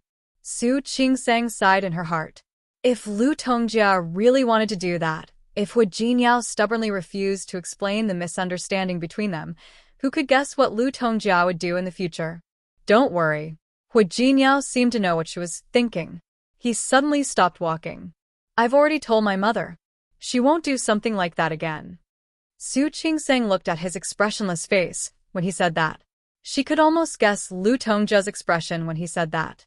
Your mother? I told her that you're my bottom line. There won't be a next time. Su Qingsang pursed her lips, bit her lip, and nodded heavily. She suddenly realized that she loved Hu Jinyao more and more. Other than love, she also felt sorry for him and admired him. No one's son could have done this. But Hu Jinyao did. He had endured a lot that he shouldn't have. He had also experienced a lot that he shouldn't have. The heavens were really too unfair to him. During dinner, several people at the table didn't look good. Hu Jinyao and Su Qingsang didn't need to be mentioned. Although Su Qingsang had a buffer from the previous emotions, she still didn't understand Lu Tongjia's behavior when she saw her again. Lu Tongjia didn't look good either. Huamingguang wasn't in the room in the afternoon. She stayed alone the whole afternoon. Hu Jinyao's words still affected her. She didn't cry, but her eyes were a little red, and her face looked a little haggard. If one looked carefully, they would find that she had put on some powder to hide her emotions at the moment. Hu Jinyao didn't look at Lu Tongjia, so he didn't notice the change in her expression. No matter how much Hu Jinyao could bear it, he didn't want to talk to her now. Su Qingsang didn't notice her expression either. She couldn't forgive Lu Tongjia now. Old Master Hua and Huamingguang noticed it. However, there were too many relatives today, so it wasn't convenient for them to ask. Huamingguang leaned close to Lu Tongjia's ear and spoke softly. If you're tired, go to bed early at night. Everyone is here for dinner. You'd better cheer up. They had been married for many years, so he could tell that she wasn't in a good mood at the moment. Lu Tongjia glanced at her husband and finally responded with a soft hum. She looked exhausted. Su Peijian and Hui Yifan arrived late. Su Peijian's face was rosy. His face was beaming with happiness. Everyone present only thought that Su Peijian and Hui Yifan had a good relationship. But it was different for Nian Chuanya. Seeing her appearance, Nian Chuanya frowned slightly. She was going to marry her son in the future. No matter how much old Master Hua liked her, she didn't know how to behave and didn't know how to respect her as a mother. That was enough to make her unhappy. Su Peijian didn't care about Nian Chuanya's expression. She openly hooked her arm around Hui Yifan's. When she approached the crowd, she looked around and finally fixed her eyes on Su Qingsang's face. Chapter 577. Dinner was not as lively as lunch. Many of them were drunk and could not get up. Zhang Yichen was the most powerful among them. Not only was he drunk, but he was also drugged. Even if the doctor treated him, he wouldn't be able to wake up in a moment or two. Before Hui Yangxiu went downstairs for dinner, she went to check on Zhang Yichen. Of course, she didn't know what Zhang Yichen had just been through. She only thought that he was too happy today and had a few too many drinks. However, Su Peijian knew very well that Zhang Yichen was not drunk at all. Zhang Yichen was upstairs, and Su Qingsang didn't look well. The combination of these phenomena was enough to make Su Peijian wonder what on earth had just happened. A gloating smile appeared on her face. What did Zhang Yichen do? She was starting to get curious. There were fewer people at dinner, but it was still lively. At the dinner table, people were toasting each other, but under the dinner table, people were having different thoughts. Su Qingsang was in no mood to socialize today. All her attention was on Hu Jinyao and Lu Tongjia. She always felt that things shouldn't be like this, and the relationship between mother and son shouldn't be like this. Although she and Li Qianxue weren't together after they met, Li Qianxue's care and love for her had never diminished. He would video call her every day and send her messages frequently. Her words were filled with concern. She understood Li Qianxue's thoughts. She had missed out on the mother-daughter relationship for so many years, and she wanted to make up for it. What about Lu Tongjia? Hu Jinyao had grown up. If Lu Tongjia really wanted to make it up to him, what could she do? More importantly, Lu Tongjia probably wouldn't even think of asking for compensation. She couldn't help but look at Lu Tongjia. She also seemed to be a little distracted. She looked at Hu Jinyao again. At that moment, Hu Jinyao picked up a piece of fish and put it in her bowl. He gave her a look, and she understood what he meant. If she could, she really wanted to clarify things with Lu Tongjia, but Hu Jinyao wouldn't let her. The meal was delicious, but Su Qingseng felt tasteless. She knew it was a dead knot, but she really wanted to untie this knot. While Su Peijian was talking to Hu Yifan, she happened to see Hu Jinyao putting food into Su Qingseng's bowl. She narrowed her eyes. Could it be that Zhang Yichen didn't do what she expected? How could this be? If Zhang Yichen didn't have any medicine, then what she had done today would have been for nothing. She looked down and bit her lip. There was a hint of a cold smile in her beautiful eyes. Zhang Yichen was in the army and rarely came out. Then, what else could she do to get a chance? What if she stayed here tonight? Su Peijian didn't expect that even if she stayed tonight, she wouldn't have a chance. During the Dragon Boat Festival, Li Junsheng also went to Rong City. Hu Jinyao went to the party with them. In the past, he would have asked Zhang Yichen to come along. But not today. Yesterday's incident had created a barrier in his heart. He thought that he might not be able to be as honest with Zhang Yichen as he used to be. The only thing that made Hu Jinyao feel a little better was that Su Qingseng didn't know what Zhang Yichen was thinking. Zhang Yichen woke up the day after the Dragon Boat Festival. He was a soldier and had a strong will. If it wasn't for the special situation yesterday, he would never have allowed himself to make a mistake. He would not allow himself to lose control. But he didn't expect that he would still get drunk despite all his precautions. Forget about getting drunk. How could he lose control? Zhang Yichen rubbed his temples. There was a part of his memory that he didn't remember yesterday. But there was a part that was especially clear. He thought that he was hallucinating when he was hugging a woman and hugging Hu Jinyao when he was drunk. At that moment, he could only feel lucky that he didn't lose control in front of Su Qingseng. He didn't know that he had already lost control in front of Su Qingseng. He didn't know that he had already lost control in front of Su Qingseng. Fortunately, Su Qingseng knew that he was drugged and drunk. Zhang Yichen didn't know that he was drugged. He only knew that he was drunk. He could hold his liquor well.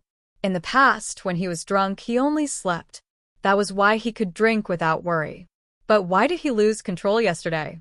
Zhang Yichen didn't understand, but he was sure of one thing. Hu Jinyao, he knew.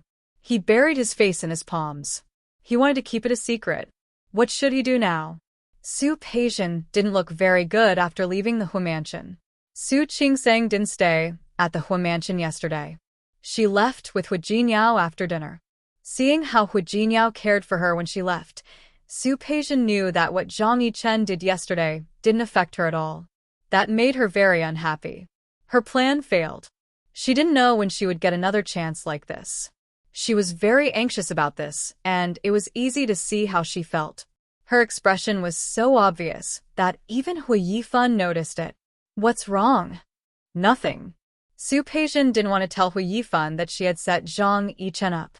She knew very well that if she told Hu Yifan about it, he would probably object because of Hu Yangxiu's relationship with old Master Hua. My intuition tells me that the bad thing you wanted to do just now failed. Isn't that right? Hu Yifan was a smart man. He knew from Su Peijian's expression that her plan must have failed. He curled his lips and smiled wickedly. Don't tell me that you tried to set Su Qingseng up today and failed. Yes, I failed. Su Peijian curled her lips and said coldly, You should be disappointed that I failed. What do you mean by gloating like that? Nothing. Hui Yifan pulled her into his arms and said, "You should have told me that you tried to set Su Qingsing up in the Hui mansion. This is the Hui mansion after all. Hui Jiniao is there, so you have no chance. No matter how much Auntie doesn't like Su Qingsing, she won't let you do anything.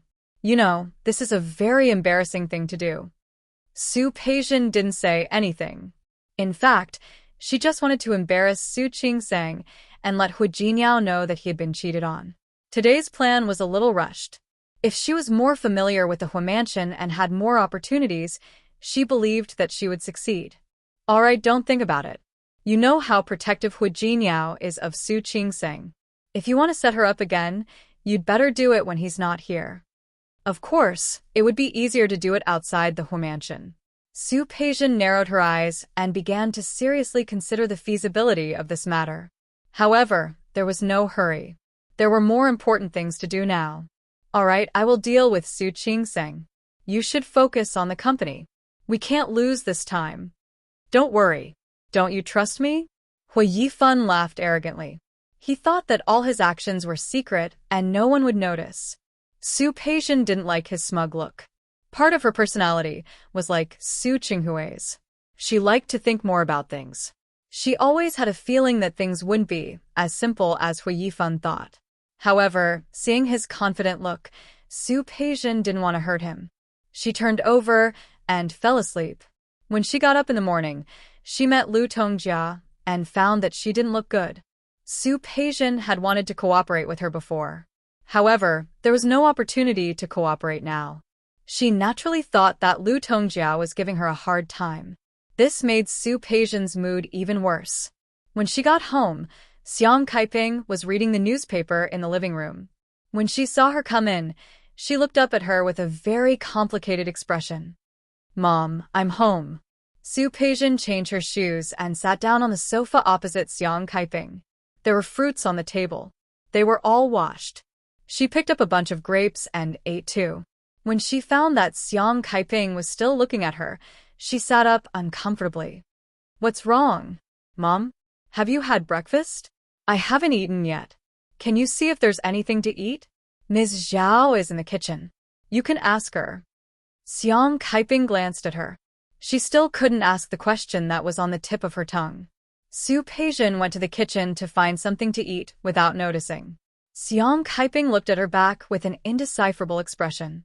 When Su Peijian came out, she found that Xiang Kaiping was no longer in the living room. She was more or less relieved. When she was with Li Qianxue, Li Qianxue always went along with her. Of course, if she did something wrong, Li Qianxue would also blame her. She would tell her what not to do. However, ever since she met Xiang Kaiping, she was always a little afraid of her. Su Peijian understood that it was because Xiang Kaiping didn't want to lose her daughter, so she always went along with her. She enjoyed this feeling. In her opinion, Xiang Kaiping would never leave her or betray her. After all, they were blood relatives. She believed that Xiang Kaiping would never leave her. It could only be said that Su Peijian was too confident. After returning to her room, Xiang Kaiping locked the door and walked to the table in the room. She opened the lock of the last drawer and took out a photo album. When she was young, she didn't like taking photos very much. Therefore, there weren't many photos. The album was still the one she had taken when she lived with Su Qingsing. There were also some photos of her and Su Qingsing. There were also photos with Hui Jiniao. At the end of the album, there was a photo she had clipped after she came back. That photo was taken when the child was born. She didn't know what she was thinking, but she asked the nurse to take a photo of the child. She looked at the child back then and thought about Su Peijian now. Xiang Kaiping couldn't tell how she felt. She turned the page and looked at the photo of her and Su Qingsing again. At that time, her smile was real. She was also in a good mood. But now, she couldn't think about it. Xiang Kaiping felt sad when she thought about it. She felt that she really didn't know how to vent the anger in her heart, nor did she know how to relieve her depression. Previously, when she was with Su Qingsing, she even gave up being with Hui Jiniao to accompany her to Japan for New Year's. Later, in order to take care of herself, She didn't go back to Rome City with Hu Jiniao for New Year's. Su Qingseng knew how many rules there were in a big family, like the Hu family. But she still did that. Now, Su Peijian had nothing to do, but she ran out early and stayed outside for a day. She didn't even call. She didn't tell her where she went, nor did she tell her what she was busy with that day. Yesterday was the Dragon Boat Festival. Even though this festival wasn't like the Spring Festival or the Mid-Autumn Festival, which focused on family reunion. But at this time, Xiang Kaiping was still disappointed. Su Peijian really didn't care about her mother. She closed the photo album and locked it back in the bottom drawer. There was no longer any joy on her face. What was she going to do with this daughter of hers? Hu Jiniao was listening to Yang Wenchang talk about Hu Yifan's movements these days. From the looks of it, his plan was going well. Because Hu Yifan didn't suspect anything and trusted them. He curled the corners of his mouth, and there was a faint smile in his eyes. This was one of the few things that had put him in a good mood recently. Keep watching him. I believe he'll take the bait soon. Yang Wenchang nodded and was about to leave. The intercom rang. Someone was looking for Hu Jiniao. It had been a few days since Hu Jiniao saw Zhang Yichen again. He wasn't disheveled like he was on the day of the Dragon Boat Festival, nor was he blushing like that night. He stood there as straight as a pine tree. Hu Jiniao narrowed his eyes. He didn't miss the trace of guilt that flashed across Zhang Yichen's eyes. Uncle, you're here. He didn't rush to get up when he saw Zhang Yichen like before. He pressed the intercom and asked someone to bring tea. After the secretary left, he gestured for Zhang Yichen to sit down. Zhang Yichen didn't sit down. He still stood there. I thought Uncle had returned to the army. Why haven't you gone back? I went back, but I'm back. What's the matter? Hu Jiniao was much calmer than before, which was enough to explain the problem. Zhang Yichen knew that Hu Jiniao already knew, but he still couldn't say it. That day, I'm sorry. I was drunk. Zhang Yichen's voice was soft, but he didn't mean to excuse himself. That day? Uncle, which day are you talking about? Hu Jiniao didn't seem to understand. He turned to look at Zhang Yichen with a puzzled expression. Zhang Yichen stood even straighter than before. He slightly clenched his fists by his sides, then quickly loosened them. That day of the Dragon Boat Festival was wrong.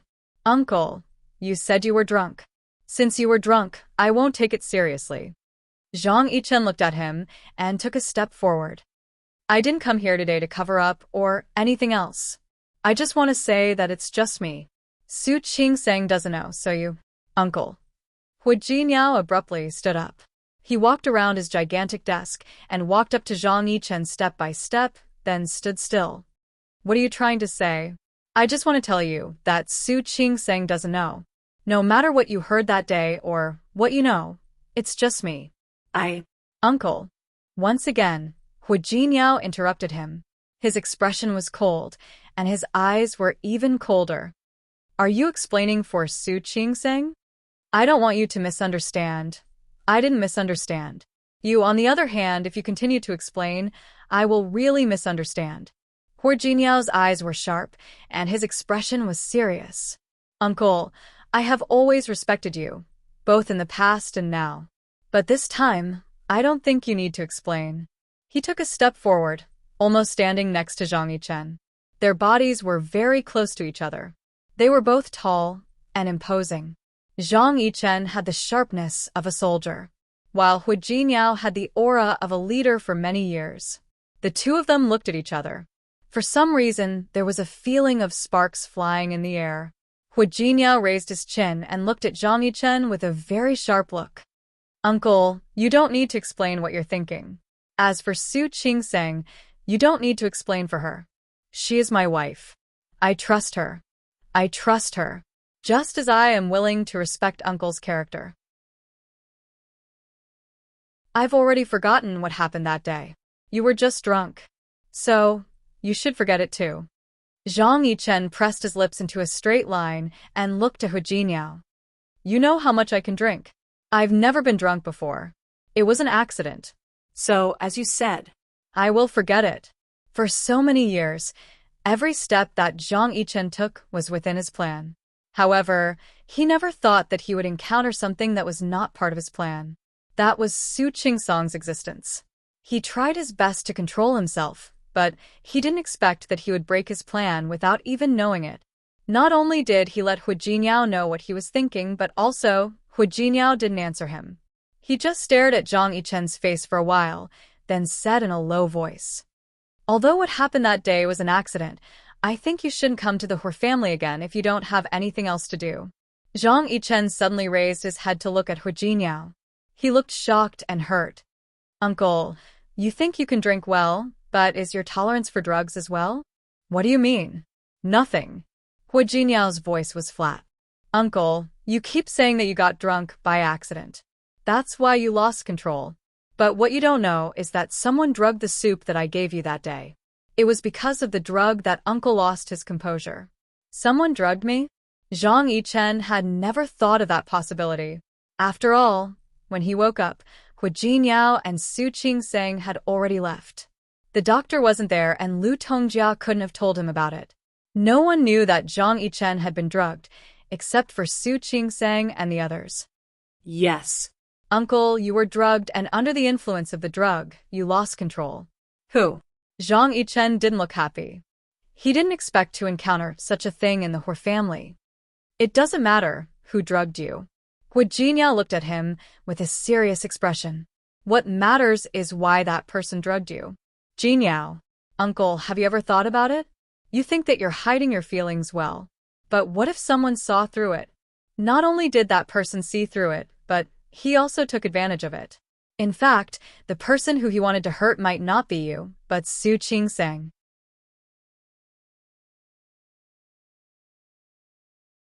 Chapter 578. Hu Jinyao's voice was cold.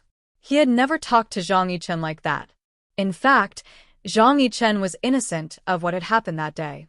He knew it. He couldn't help but wonder how Lu Tongjia knew what Zhang Yichen was thinking. Zhang Yichen must have revealed something to him when he wasn't aware of it. When he wasn't aware of it, where he couldn't see it. Zhang Yichen and Su Qingsang had shared intimate moments, and Lu Tongjia happened to see them doing that. Thinking of that, Hu Jinyao felt very uncomfortable. He wasn't a stingy man, especially since Zhang Yichen wasn't only his uncle. To Hu Jinyao, Zhang Yichen was both a teacher and a friend. Zhang Yichen was very important to him. He had never thought that one day his relationship with Zhang Yichen would become like this. He felt sad, and his voice became colder. "Uncle, have you ever thought about how much trouble you've caused Su Qingsang? If Su Qingsang hadn't escaped in time yesterday, if the person who drugged you had called a group of people to watch, if you and Su Qingsang had been caught red-handed." Thinking of that, Hu Jinyao felt suffocated. Even if he was willing to trust Su Qingsang, even if he was willing to stand behind her, what would Su Qingsang face in the future? "Uncle, you can argue with me, but what about Su Qingsang? Don't forget that she's your niece." Zhang Yichen stood there with his back straight. He didn't move an inch. He couldn't refute Hu Jinyao's accusation. I didn't do anything intimate with her. I just saw her in the back garden twice. Maybe someone saw us." Zhang Yichen looked at Hu Jinyao as he said that. "I'm sorry, I'll be more careful in the future. But I don't think the Hu family is as peaceful as you think." He could roughly guess who was targeting Hu Jinyao. He believed that Hu Jinyao knew it himself. "That's my business. You don't have to worry about it." Hu Jinyao couldn't tell Zhang Yichen that it was Lu Tongjia who did it. No matter how bad Lu Tongjia was, she was his biological mother. Even if he didn't say anything, Zhang Yichen had his own guesses. But now there was no need to say anything more. He took a step back. "Yes, I don't have to worry about the rest." Today, he seemed to have come with the purpose of explaining. But now, he felt as if he had made a wasted trip.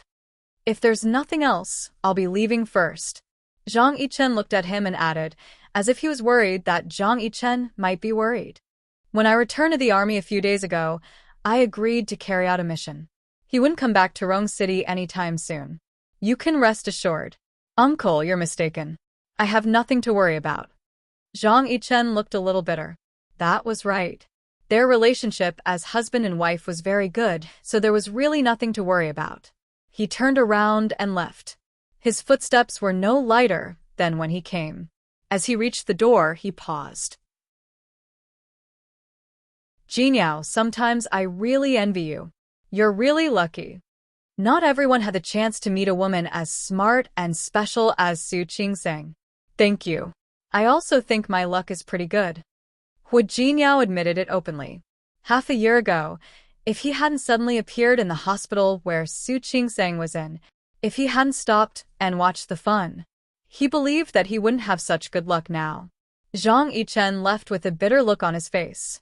Yes, not everyone could have good luck. It could be encountered, but not sought. Su Qingsang's smiling face appeared in his mind. Zhang Yichen closed his eyes and suppressed that thought deeper into his heart. Su Qingsang looked at Hu Jinyao, who had left her body. He was much more excited today than usual. It felt like when they had just started their relationship. His attitude was even a little urgent.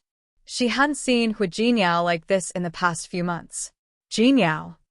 She wanted to ask him if something had happened in the company again, or if Lu Tongjia had done something again. However, Hu Jinyao had already turned over again and kissed her lips. He hugged her tightly, brought her into his arms, and did it with her again.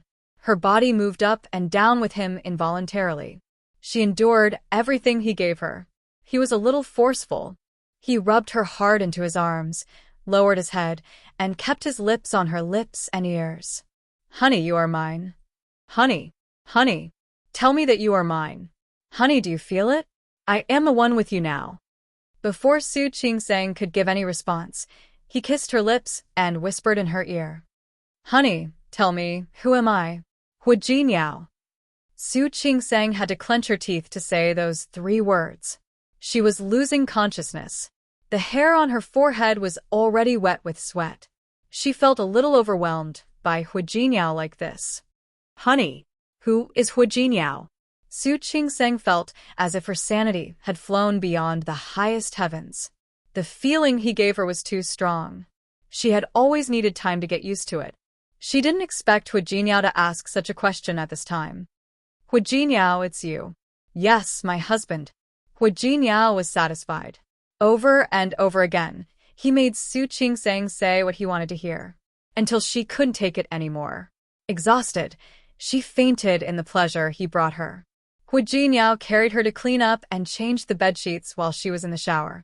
Finally, he cleaned Su Qingsang and carried her back to the room. Su Qingsang recovered a little. She wanted to say something, but Hu Jinyao hugged her tightly. Sorry. I lost control today. He shouldn't have lost control like that. At least, since he trusted Su Qingsang, he shouldn't be so worried. However, Zhang Yichen's words and Lu Tongjia knew about her ambiguous relationship with Zhang Yichen. He couldn't help but want some reassurance from Su Qingsang, even if such a reassurance was only his one-sided thought. Su Qingsang's hands and feet were weak. She looked at Hu Jinyao and shook her head gently. I'm fine. What's wrong with you?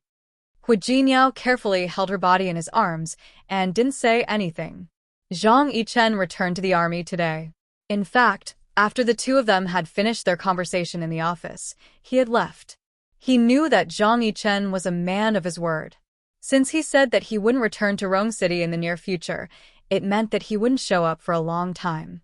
However, his absence didn't mean that Zhang Yichen didn't have feelings for Su Qingsang. It was just that he might suppress his feelings deeper and harsher. From his original point of view, he couldn't blame Zhang Yichen. There was nothing wrong with liking someone. Zhang Yichen only liked one person. However, from the perspective of Su Qingsang's husband, Hu Jinyao couldn't ignore it. Someone coveted your wife. That didn't feel good. Now, someone knew about it, and it was Lu Tongjia. Lu Tongjia had been quite quiet these days. Hu Jinyao didn't know if his words worked, or if Lu Tongjia had been seen through and hadn't thought of a new way to deal with Su Qingsang. Either way, he believed that it was only temporary. Given Lu Tongjia's resentment, it was very likely that she would come back in a few days when she was in a bad mood.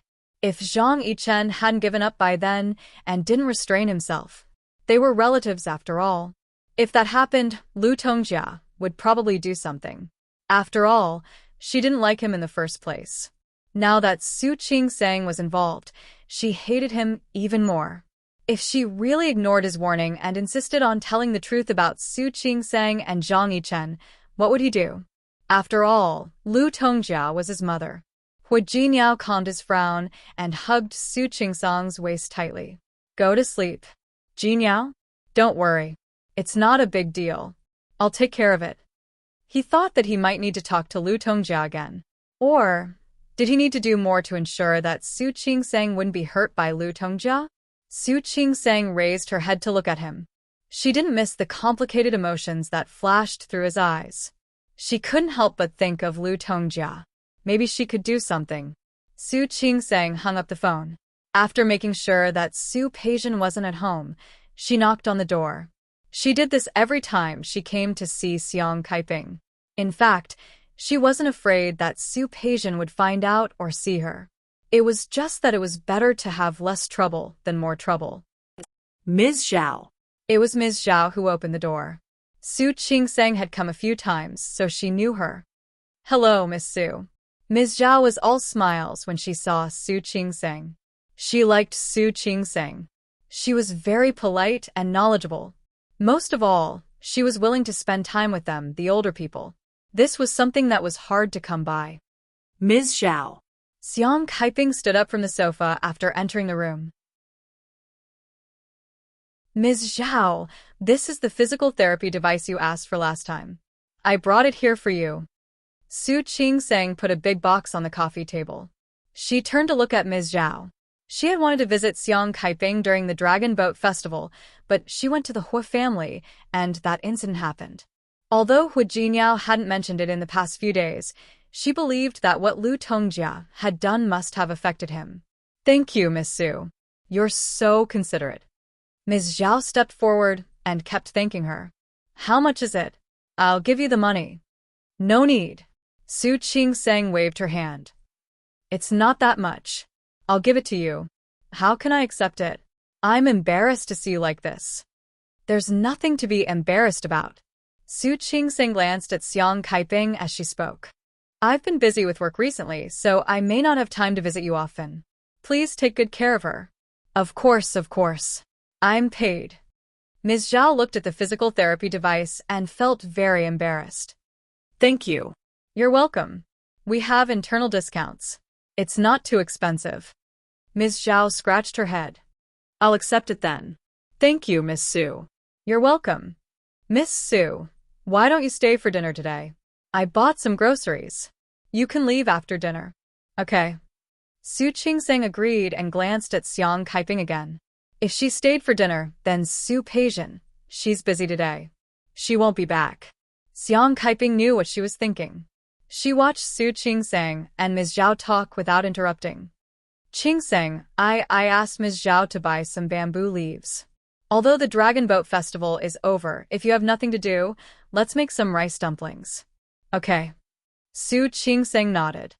I haven't made rice dumplings yet. Auntie, you can teach me. Okay. Xiang Kaiping smiled. In fact, she had bought the bamboo leaves before.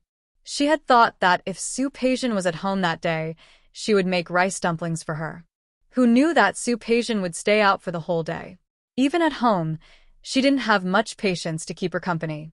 A few days ago, she had wanted to ask her to spend more time with her. Recently, she didn't want to mention it anymore. Because Su Peijian seemed to be busier than before. She sighed in her heart. Xiang Kaiping forced herself to shift her attention away from Su Peijian. In fact, the bamboo leaves were already prepared, and so were the ingredients for the glutinous rice. She knew that Su Qingsang would come today, so she wanted to make rice dumplings with her.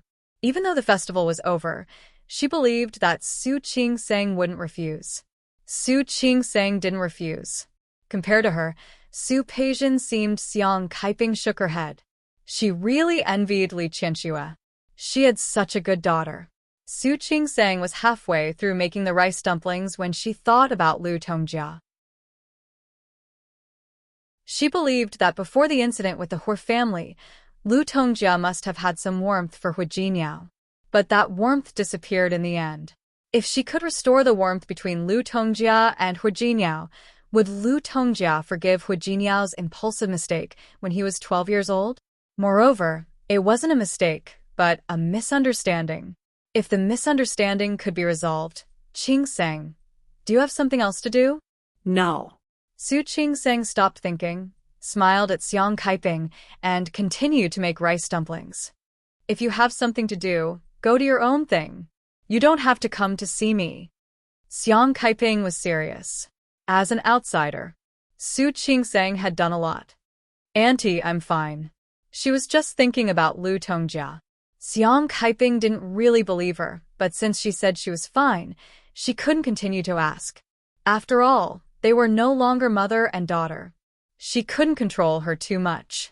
Xiang Kaiping didn't stop wrapping the rice dumplings. She thought about it and said, You have Hu Jinniao to take care of you. I have nothing to say. But if you have something on your mind, if you want to, I can't help you. But I can still be a listener. Su Qing Seng was touched by Xiang Kaiping's words. Su Qing Seng suddenly had an idea because of Xiang Kaiping's words. She also knew what she could do. People get along with each other, but people's hearts changed. Now Lu Tongjia misunderstood Hu Jinniao. Hu Jinniao didn't want to explain. If she explained, she would be exonerating Hu Jinniao. It was better to find another way. Think of other ways to move Lu Tongjia. If Lu Tongjia was soft-hearted, she would naturally believe what she said. She needed to think about how to soften Lu Tongjia's attitude. When Hu Jinniao returned home and was about to eat, he saw the rice dumplings on the dining table. He couldn't help but look at Su Qing Seng. The Dragon Boat Festival is over. Where did the rice dumplings come from? Although rice dumplings were usually sold, this one didn't look like it was sold on the street. Because it wasn't a square rice dumpling, but a triangular one. Few people in the north made rice dumplings like this, but many people in the south liked to make small triangular rice dumplings like this. Guess. Su Qing Seng was still unfamiliar with it at first, but after trying a few times, she got the hang of it. Now that she saw Hu Jinniao, she couldn't help but want to take credit. Don't tell me you made this? Half. You and Auntie Yu? As far as he knew, Auntie Yu was from the north, so she probably didn't know how to make triangular rice dumplings like this. No. Su Qing Seng smiled, took his hand, and led him to sit down at the dining table. Come, let me tell you first. The red string is a sweet rice dumpling. The white string is a salty rice dumpling. The sweet one is wrapped with dates and peanuts. The salty one is egg yolk and meat dumpling. So many? Yes. Su Qing Seng nodded and sat down next to Hu Jinniao. I'm off today, so I went to see Auntie. Hu Jinniao paused in his action of taking the rice dumplings. Did you make them with Auntie Xiang? Yes. Then, didn't you just stay at Auntie's for a day? Yes. Su Qing Seng looked at Hu Jinniao and knew that he was worried about her. Don't worry. I didn't meet Su Peijin. Auntie Xiang said that she looked very busy recently. She's always not at home. Of course she was busy. He had set a trap for Hu Yifan, and Hu Yifan had already fallen into it. Su Peijin was worried and wanted to keep an eye on many things herself. Hu Yifan couldn't let others know that he still worked in Tianyu every day. In this way, his energy would definitely be divided. That was why Su Peijin represented Hu Yifan in many things. She was becoming more and more like that. Many people who had interacted with Hu Yifan in private admired Su Peijin. Many people were also asking about Su Peijin's background. Hu Jinniao couldn't help but glance at Su Qing Seng. If Su Qing Seng hadn't been the wrong child, if Li Qianxue and Su Qinghui had carefully cultivated her, would she have shown such talent in business like Su Peijin? Su Qing Seng didn't know what Hu Jinniao was thinking. She thought that he was worried about her. She picked up a salty rice dumpling and put it in his hand. Okay. I call Auntie every time I go. I only go when I'm sure that Su Peijin is not there. So I won't meet her. Besides, even if I meet her, so what? She also knows that I lived with Auntie before. I'm not afraid of her knowing that she saw me. If she really doesn't like me visiting Auntie, she should be nicer to Auntie. I heard from Auntie Zhao that she often doesn't go home to eat or even stay at home.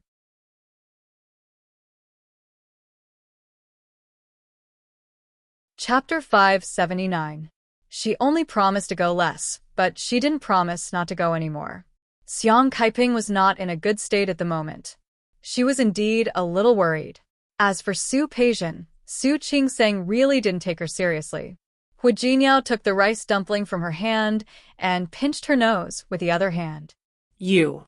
I only said one sentence, but you said so many. When did I stop you from going? I just don't think Su Peijian is a good person. I don't want you to go against her. It was no coincidence that Su Peijian was with Hui Yifan. It was premeditated. I know. Don't worry, I'll be careful. Hu Jinyao nodded, peeled the rice dumpling and took a bite. Then he nodded. It tastes good. Of course, it's not like you don't know that Auntie's cooking has always been very good. After Su Qingseng said this, there was a touch of sadness in her eyes. The time when she and Xiang Kaiping were as close as mother and daughter would never come back. Yes. I know Auntie is good at cooking. Hu Jinyao got rid of the rice dumpling. He took out a tissue and wiped his hands. He thought of something else. You didn't tell Annie that Su Peijian is with Hui Yifan, did you? No. Su Qingseng shook her head. I don't know what to say. If you didn't say it, then don't say it. Sometimes, ignorance was bliss. Su Peijian and Xiang Kaiping were just friends. If Xiang Kaiping found out that Su Peijian was with Hui Yifan, her cousin, again, she would be in trouble. Needless to say, Xiang Kaiping could guess that there was something fishy going on. At that time, something might happen again. I know my limits. Don't worry. Of course, Hu Jinyao trusted Su Qingseng, but he didn't trust Su Peijian. Recently, she had been doing a lot of things, but they were all related to work. In private, he did not hear Yang Wenchang say that she had done anything. He didn't know if Su Peijian wanted to take a different approach, or was she so confident that she could defeat him in business. No matter which one it was, he would let Yang Wenchang keep an eye on her. He didn't want to give her a chance to hurt Su Qingseng. Su Peijian came home early today. Xiang Kaiping was surprised. Apart from being surprised, a trace of guilt flashed across his face. After changing into her shoes, Su Peijian looked up and saw the guilty look on Xiang Kaiping's face. She squinted her eyes and twitched her nose. Suddenly, the corners of his lips curled up. It smells so good. What's that smell? I made zongzi today. As Xiang Kaiping spoke, she got up and went to the kitchen. He took out a few zongzi. This is sweet, and this is salty. I don't know what you like to eat. Have a taste. Why did you suddenly think of making zongzi? Su Peijian looked at Xiang Kaiping. She was not in a hurry to eat the rice dumplings. She was quite surprised. Isn't the Dragon Boat Festival over? Yes, I have. Xiang Kaiping glanced at her. This time, there was no trace of guilt on her face. Last time during the festival, I was thinking that if you were at home, we could make dumplings together. But you are not at home. A few days had passed. I'm afraid that if I don't eat it, the bamboo leaves will spoil and become unusable. Was she blaming him? Su Peijian picked up one of the zongzi and played with it in her palm, but she did not eat it. Mom. I don't really like eating these. You can do whatever you want next time. Eat whatever you want. Don't wait for me. Xiang Kaiping looked at her in a daze. Finally, she lowered her head under Su Peijian's indifferent gaze. I got it. But I'll eat this today. Su Peijian raised the sweet zongzi in her hand, waved it, and got up to go upstairs. Xiang Kaiping looked at her from behind. Her lips moved, but in the end, she could not stop her. Su Peijian returned to her room, but she did not eat the zongzi. Instead, she turned on her computer and clicked on one of the apps. Soon, she saw the entire situation in the villa. Not only the small garden outside, but also the living room, dining room, kitchen, and Xiang Kaiping's and her own room. She pulled up the surveillance footage. Su Peijian quickly saw it. The screen showed the image. Su Qingseng was here. No wonder she said that Xiang Kaiping wanted to make zongzi out of nothing. She said that she wanted to make zongzi for her a few days ago, but she was not at home. So it was because of Su Qingseng. Why did she say it was for her? Su Peijian looked at the zongzi. No matter how she looked at it, she did not like it. She did not like to eat things that were too difficult to digest and high in calories. But that did not mean that she would allow Xiang Kaiping to please Su Qingsang if she did not like it. Looking at Su Qingsang and Xiang Kaiping making zongzi in front of the dining table, talking and laughing as if they were mother and daughter, Su Peijian felt disgusted. Su Qingsang, you have already taken Li Qianxue, and now you are not letting Xiang Kaiping go? You're currying favor like this. Why? Do you think you can please both mothers? Su Peijian felt that she could not take it. She really wanted to do something to make Su Qingsang unhappy. However, she heard that Zhang Yichen had returned to the army, and he would not come to Rome City for a while. If she found another man to prove her relationship with Su Qingsang, Hu Jinyao would not believe her. Not only would she say it, but it was very likely to alarm Hu Jinyao and let him know about her recent actions. Su Peijian stared at the screen for a long time, and finally, she suddenly smiled. Su Qingsang, you want to please both sides, don't you? Then I will let you please both sides. I would like to see, with Li Qianxue's personality, whether she will allow you to please both sides like this or not. Su Peijian opened the software again and quickly typed on the keyboard. The Li family in Lin City. Li Qianxue returned home and sat directly on the sofa. She had a social engagement today. In the past, these were all attended by Su Qinghui. However, during the period when she and Su Qinghui divorced in January, she had to start attending these social engagements no matter how much she disliked it. Qianxue, did you drink again? Old Master Li came downstairs and saw Li Qianxue's red face. He then smelled the faint smell of alcohol on her and naturally knew that she had gone to a social engagement. A little, Dad. Don't worry, I am not drunk. Li Qianxue sat up straight, her eyes clear, and she did not seem drunk. She really could not refuse, so she drank a little, but she was not drunk. She knew how to behave. Old Master Li's eyes were a little distressed. He looked at Li Qianxue, wanting to say something but hesitating. Qianxue, what's wrong? Dad, I am really not drunk. Li Qianxue blinked at Old Master Li as she spoke. Look, I am very sober now, am I not? Qianxue, I heard that Su Qinghui, Dad. As soon as Li Qianxue heard Su Qinghui's name, her expression changed.